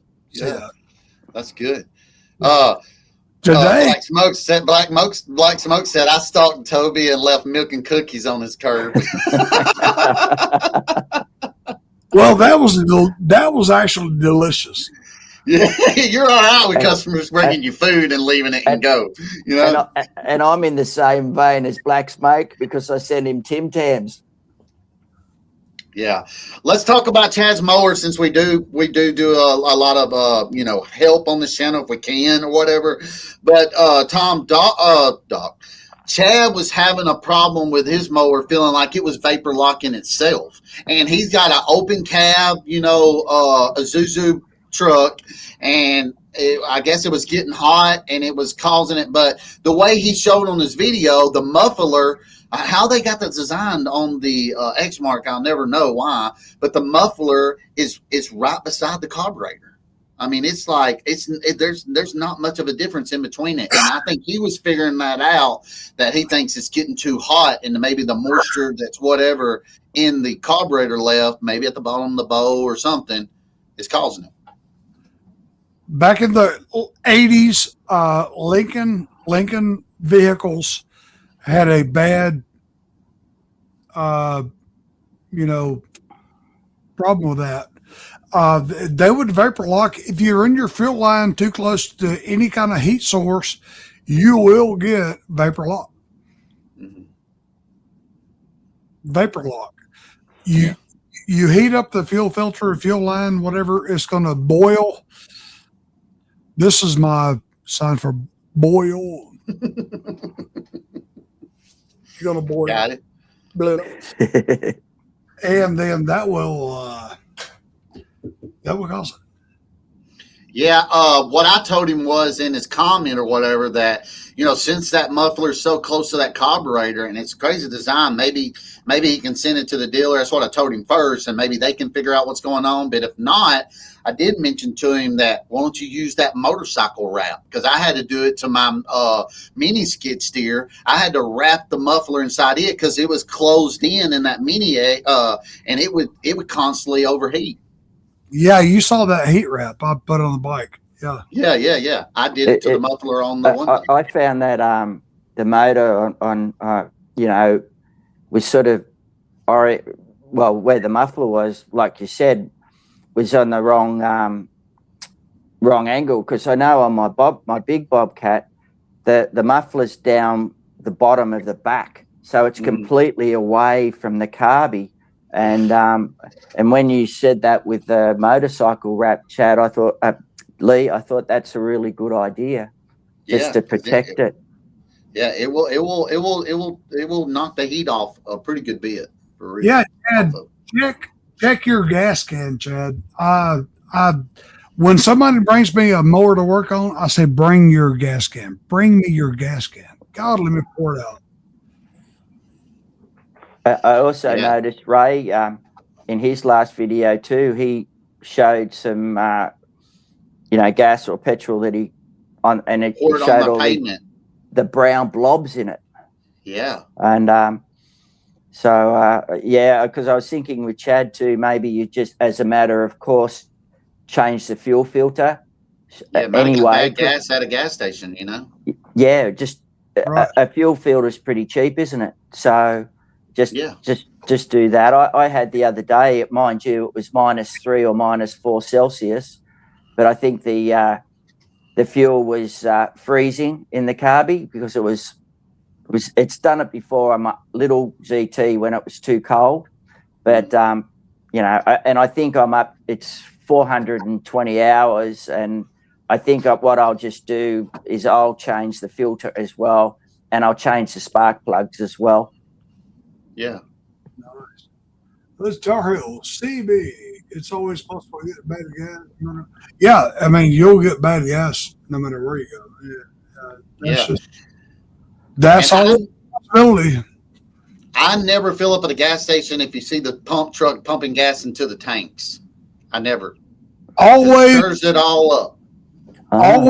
Always go to a high volume gas station. Never go to a mom and pop gas station.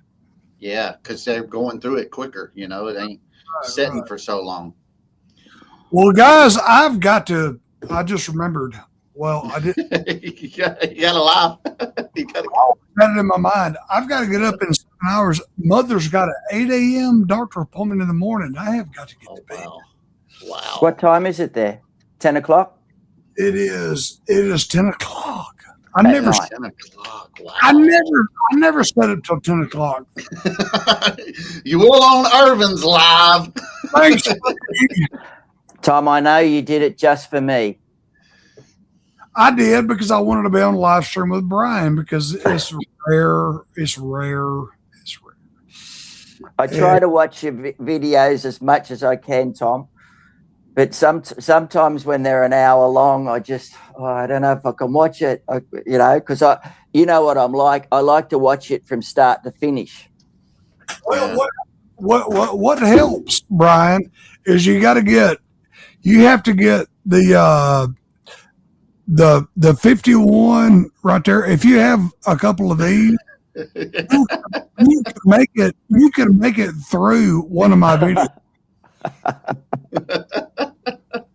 We'll make it halfway through, and then we're passed out the other half. We have to come back and rewatch it. Don't worry. I haven't had anything to drink, and I'm sitting down at the end of the day watching, and I fall asleep during a video. We'll just let it continue to play. Yeah, let it play all the way through, put it whether on you're loop. watching it or not. And Put it on a loop. Put a loop through all his videos where they just keep playing and playing and playing. And you'll watch back in 2010 where I rode my motorcycle up Floyd Road. Yeah, okay, here we go. It means nothing to nobody, but at least you watch it. So, Yeah. All right, boys and girls, I'm going to get in here and get to bed. I'm losing my voice again. And say hello to Mardoby for me. Tim Tam and a little kangaroo there, boy. And Dude, I appreciate you being on tonight, man. Thanks. Really do. Thank you, Tom. I didn't want to interrupt you and a good video with Brian. Y'all continue with your awesome live stream, and I'm going to go to bed because I'm just so tired. I can't feel my legs. Yeah. we kind of sit here a little long. Appreciate it, man. Well, hang on a second. I got Okay. here. I got on the. Well, I got some doc stuff. Let's see here. I got. Wait a minute. Give it 210. Stop alone. That was from Doc. You got. I got to say, did you watch Lawn Stars the other day with the one on Doc? Oh yeah. How good was that? That was so funny. That was good. Tearing up the yard. He's really good. Here's another one. Look at him. He's doing it. He's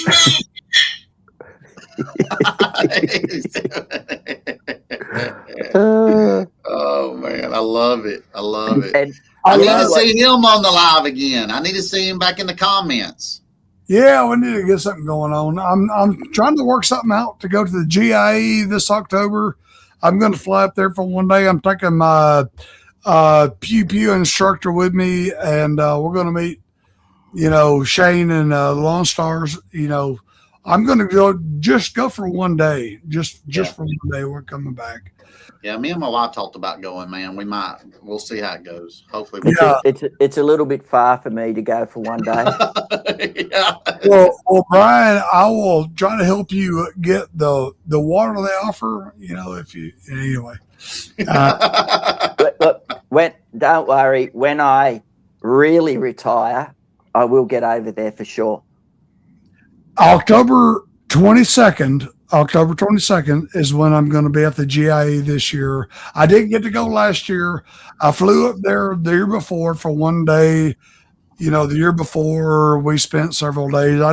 I'm not in a position where I can spend several days anymore.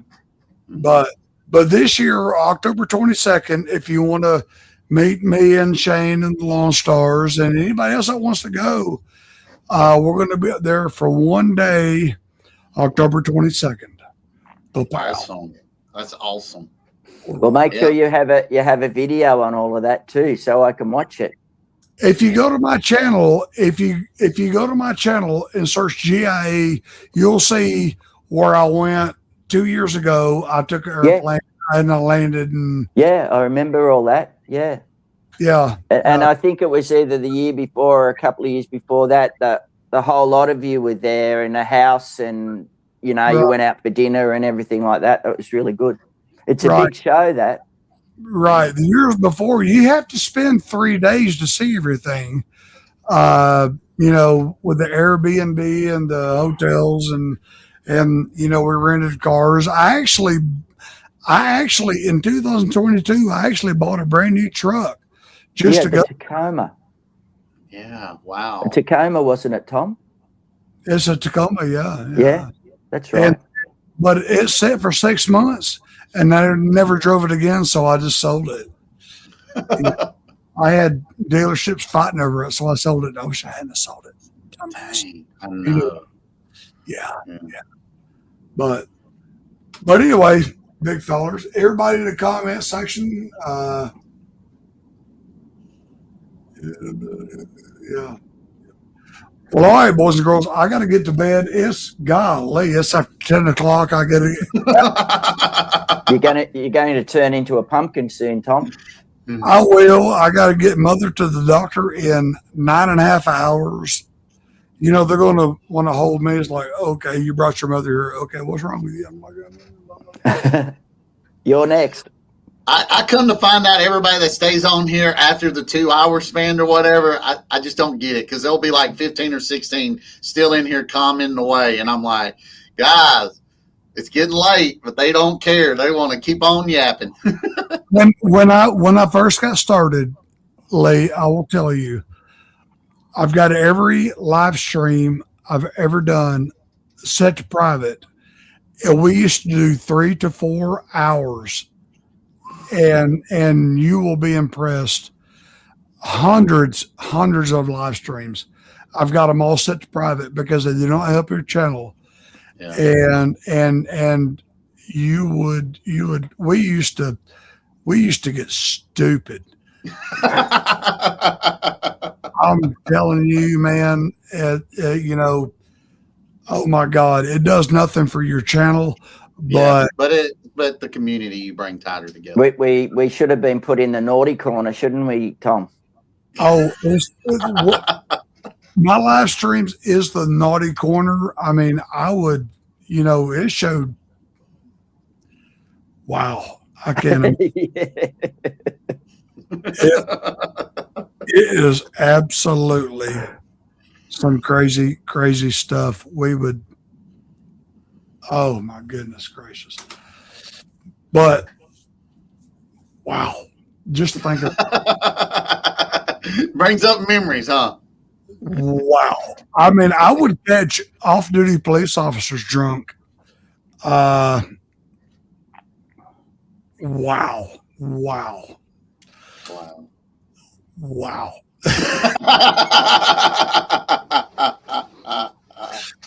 Oh, mate.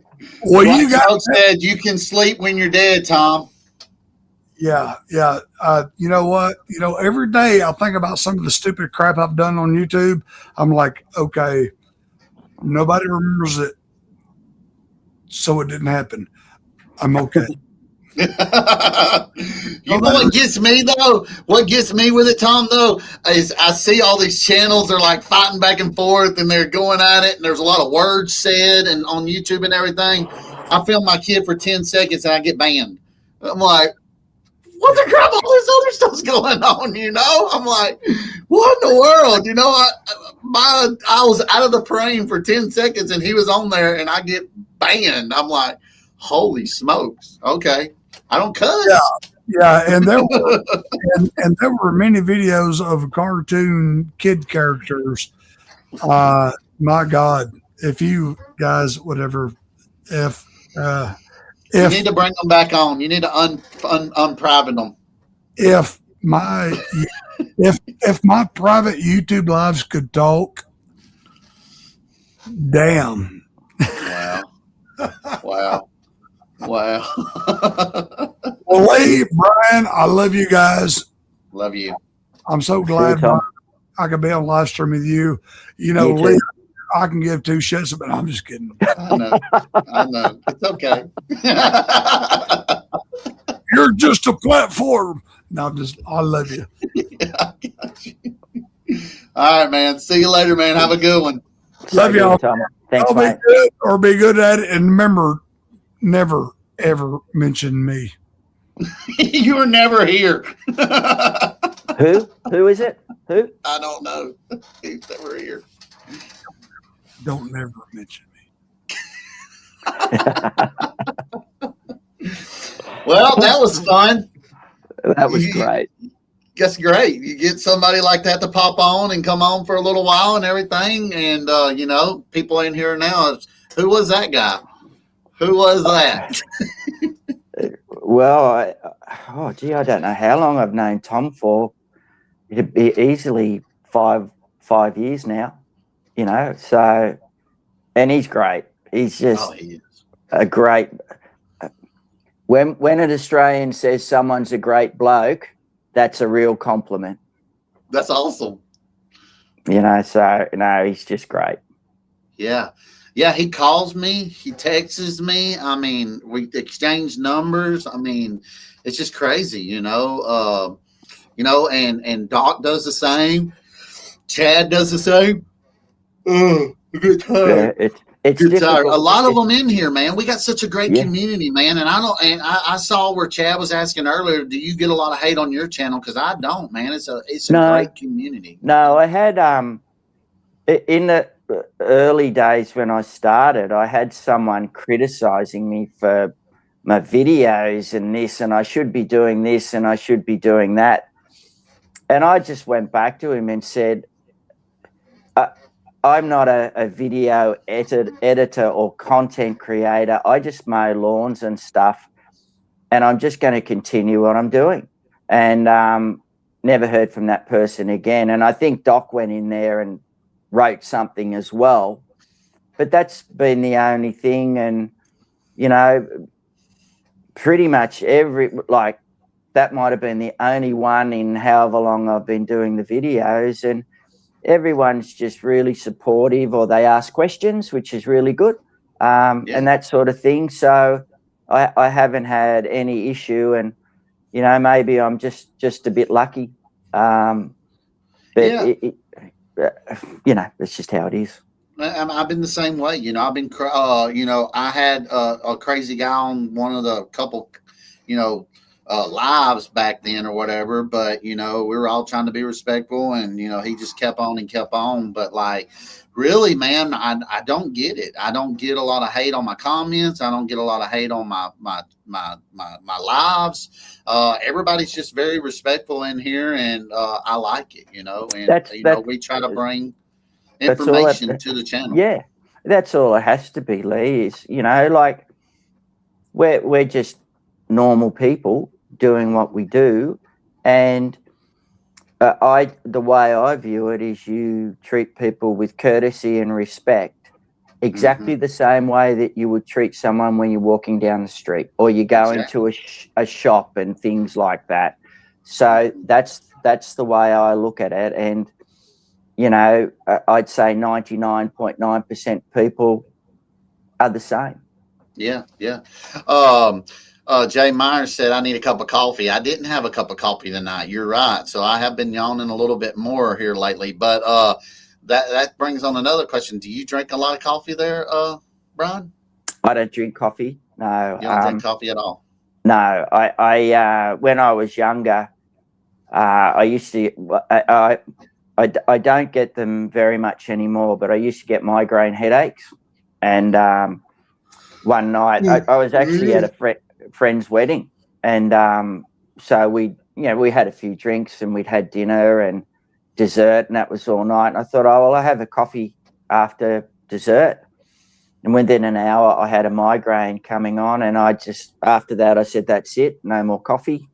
Because obviously there's something in it that triggers.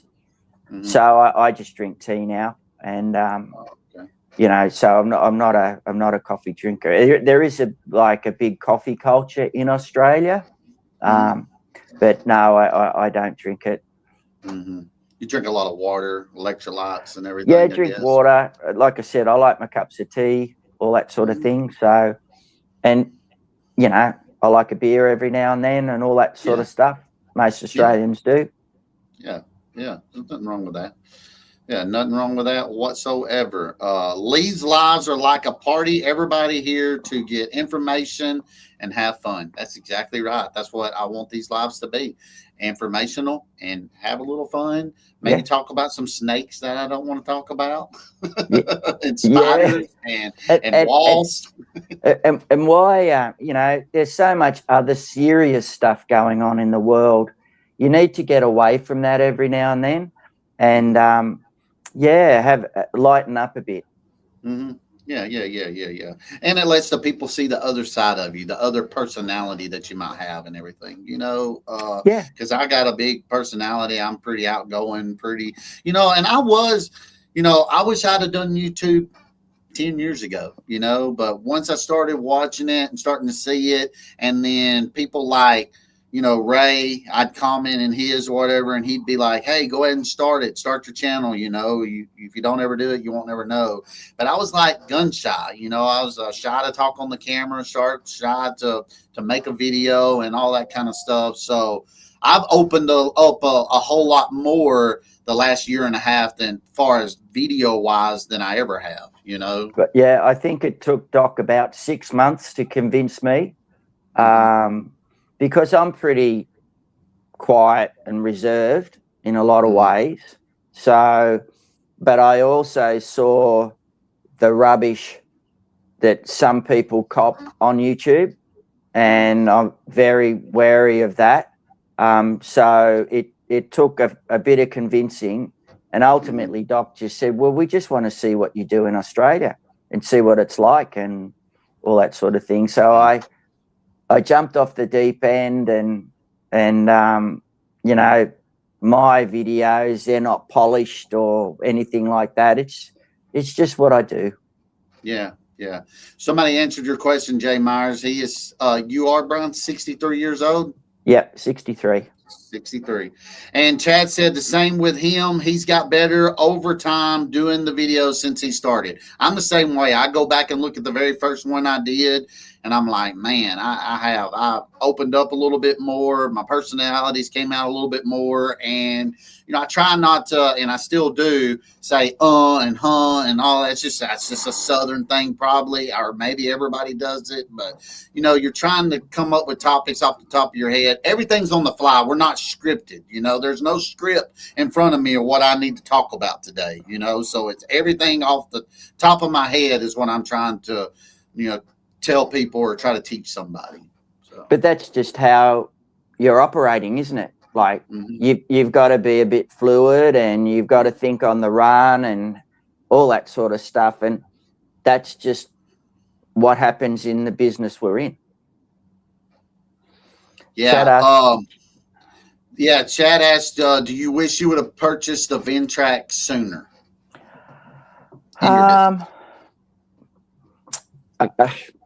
Well, I didn't really know about it until about 3 or 4 years ago. I saw it on YouTube.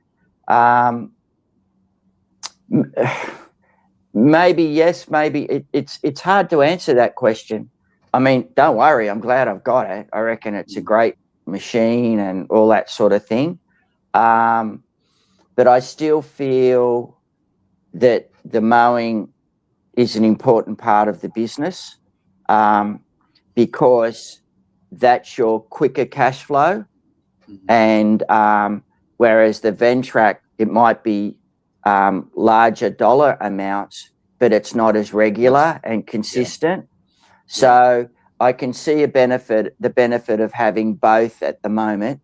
And ultimately, the mowing is paying, let's call it the Ventrac off quicker. I mean, I don't know anything anymore, but still in that time frame, you know, and I would think that if you were buying it outright, it might be a 3 to 5 year proposition to sort of pay it off.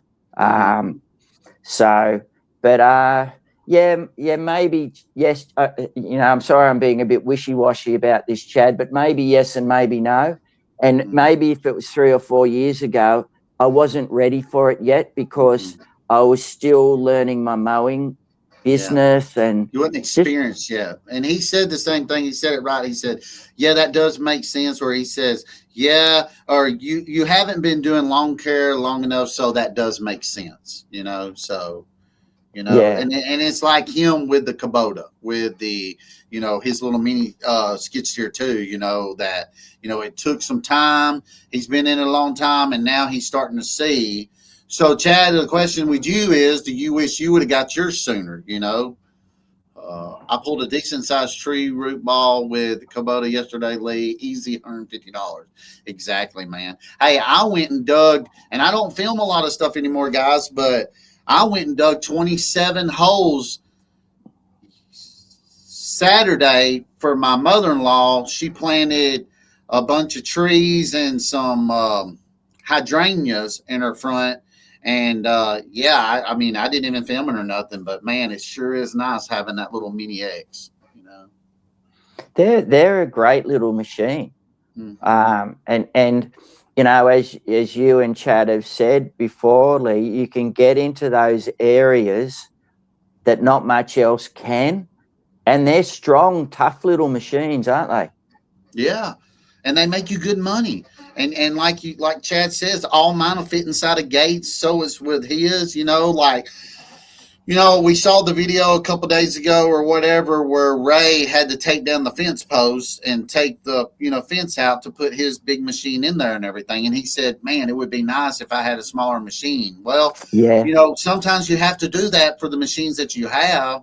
And he moved a lot of material probably faster than what me and Ray could do with the minis, but definitely having the machines and having the bigger machines and all that, man, it just creates a different level in your business. And I use my machines and everything as extra, probably like you do with the Ventrac. Your maintenance is what makes the money, but every job that you can pick on and pick up with the Ventrac, that's just icing on the cake a little bit. It is the cream, isn't it? And yes. And just going back one step, like with Chad's question about the Ventrac, I mean, I had the 42-inch, little Bobcat 0 turns, but my next step after that was to go to the 52-inch. But and like you said, that opened up the bigger business. So that was part of the evolution of my lawn mowing. But then I guess going into the Ventrac last August was actually easier because of that, if that makes sense, because I knew that it would open up stuff, whereas when you don't have, if I hadn't have done that, I would have been a little bit more hesitant maybe. But also, and it's a bit daunting because the Ventrac is such a different machine to a 0 turn. So I'm still learning a lot with that on its own. So you would say to anybody watching and anybody listening to or whatever, man, it jump in and do it. I know there is some scariness of it and all that, but a lot of times, like you said, you did instead of buying the 52-inch mower, you already had the 48-inch. 52 is not going to change your mowing as much, at all. But jumping into the Ventrac, did you go straight in, all feet first, just dive right into it and grabbed it? And then did you have any jobs picked out to get it before you got it? I did my homework a bit, and like I said earlier in the live, with knowing my market, so knowing that there's a lot of blockies, the 2, 3, 4, 5, 10 acres, and maybe 20 and 30 acres. So I knew there was potential there to take that forward. So I just wanted to make sure that was right. And then but because of the 52-inch, a few years ago, it was easier to do that because I'd taken a bit of a leap. And it's like Chad, like Ray's done, I think, with the mulches on the skid steer, and it just and what it's done, for them and yourself with the mini skid, it's just opened things up a bit more, and it complements your business. So, and I think, I hope it'll just get busier on the Ventrac front. The only restriction there will be time for me because it's just me. But you just got to move and shake and shuffle schedules and to fit that all in. But I'd say most of the people that I did work for last year, there'll be work again this year. So, and then hopefully I can just build on that a little bit more. And then over the next 12 months, I'll get this mowing season out of the way. Then I'll make some bigger decisions with regard to dropping off the smaller stuff. Yeah. That was going to be my next question. Are you going to eventually start dropping away maintenance to do more of the Ventrac and keep it? Yeah, I think just the smaller stuff, getting older, let's call it recovery and all that. If I have, like last week, 2 days of 3 hours whippersnipping on each day, and that was hard stuff, like it was overgrown, and you're a bit wrecked after that. So you sort of do need to recover a bit. But if I've got machines that can do all that, well, you can sit on the Ventrac all day and do what you need to do. So I just want to develop that further. And it mightn't be to the extent of the lawn maintenance, but a bit like what Tom was saying, I want to have a bit more time for myself too and do what I want to do. Yeah. Tackle more of the big paying jobs, and you don't have to do so many of the little paying jobs. You know what I'm saying? So you kind of weaned out to get a better profit, and it's a lot easier on the body than it, say, like with Ray doing with the Kubota and all that. He's not out there running a mower, weeding, blowing, edging, and all that. He's transitioning to, making it easier on his body. He's transitioning to the air conditioning, Lee. Yeah, I see it. Chad asks, what's the weather like right now there? Cold? Well, I'm on the coast at the moment, so I'm away from Yass. So it was about 2 degrees Celsius this morning. So whatever that that might be, I think that's would that be about 40 Fahrenheit? But it'll be a nice day. What time is it now? 12:30. Give me 1 second. I'll just tell you what. Chad said he is done with doing the firewood, and that's a lot of physical work when you're doing firewood. And I get where Chad was doing it for a while as he would. Or was, because if you can land barbecue joints, he's got the Ace place, like you're not selling to an individual, you're actually selling it to a company or whatever, that would drive you to do it a little bit more or whatever. It's just when we did it a long time ago, like Ray or whatever, you're selling it to the customer and you got to load up the back of your truck, take it to their place, stack it up for them. Now, we were charging for all that, but man, and like he's saying right now, it's a lot of moving parts and it's hard work. You're moving that material so many times to make that profit, and I get it. I'll tell you the temperature. So it's where I am now, it's 60 degrees Fahrenheit. Oh, okay. That's really nice. So it is winter, but it is different to Yass. Yass is about, I think it said about 12. So Yass is, say, 52 Fahrenheit 52. At the moment. But, we're getting into our minus Celsiuses, which is, I think 0 Celsius is 32 Fahrenheit. So would be a bit lower than that at times. But we need it to be because it's been a mild winter, Yeah. Yeah. So, Yeah, yeah, see, he's got to with the, move all his when they got to do the dirt work out doing his building and everything. So that's the I get it. firewood, is it? Yeah, it's Yeah. firewood. He's Yeah. got to be piles out there now. So Yeah. I yeah, mean, that's just that industrial block that Chad's got. I think that's just so exciting, and will really be a huge plus for his business.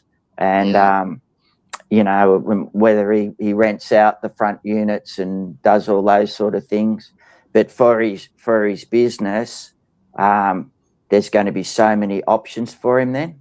hmm yeah.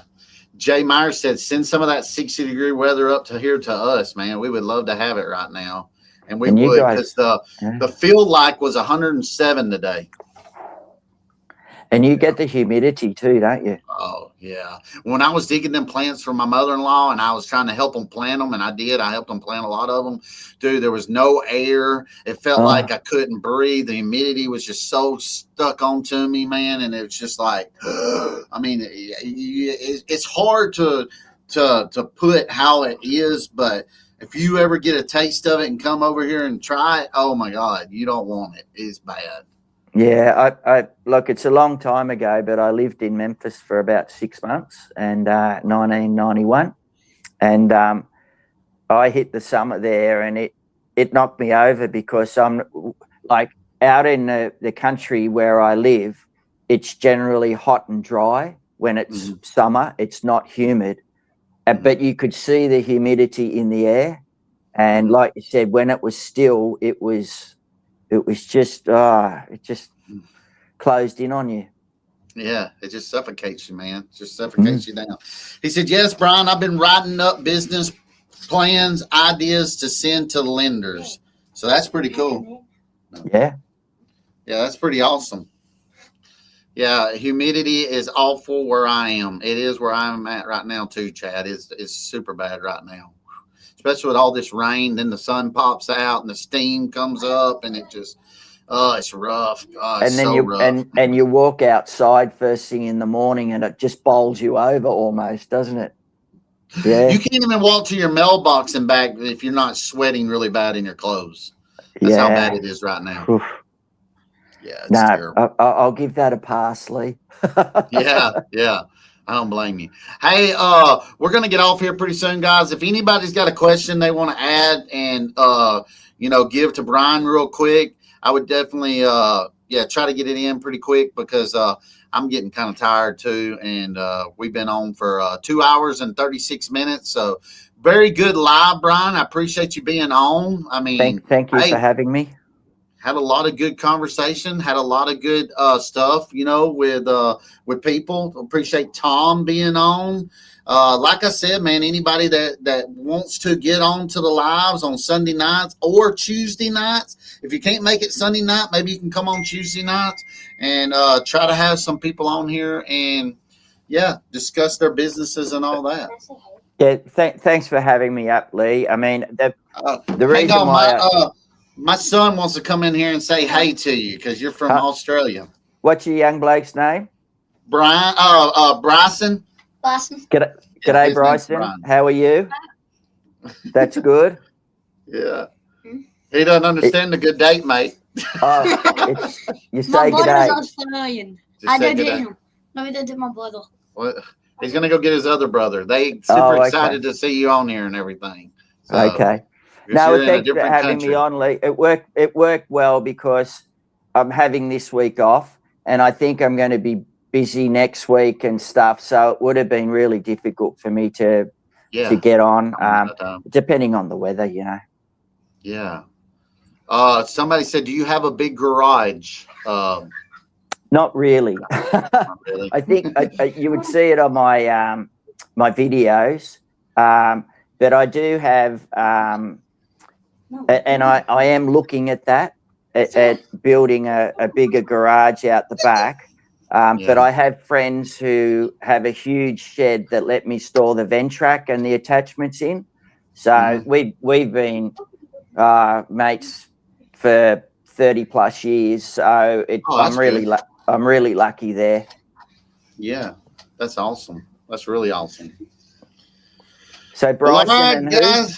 Bryson and Grayson. Grayson, come over here and let me see you real quick. Pop in here real quick. There he is. So G'day, these are my Grayson. young ones. Bryson and Grayson. We say Yep. g'day. Good day.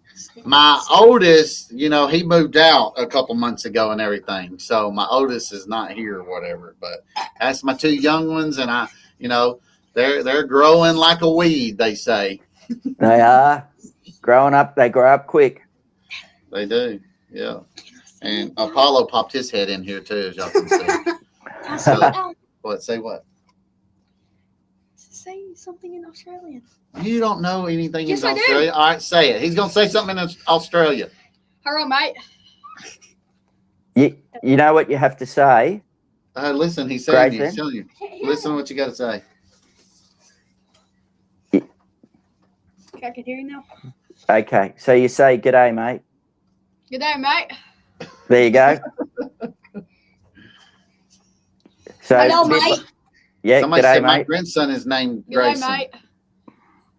Good He's day, mate. got it. He's got it. He got it. Hello, Yeah. mate. I am from Australian, mate. You're an Australian, mate.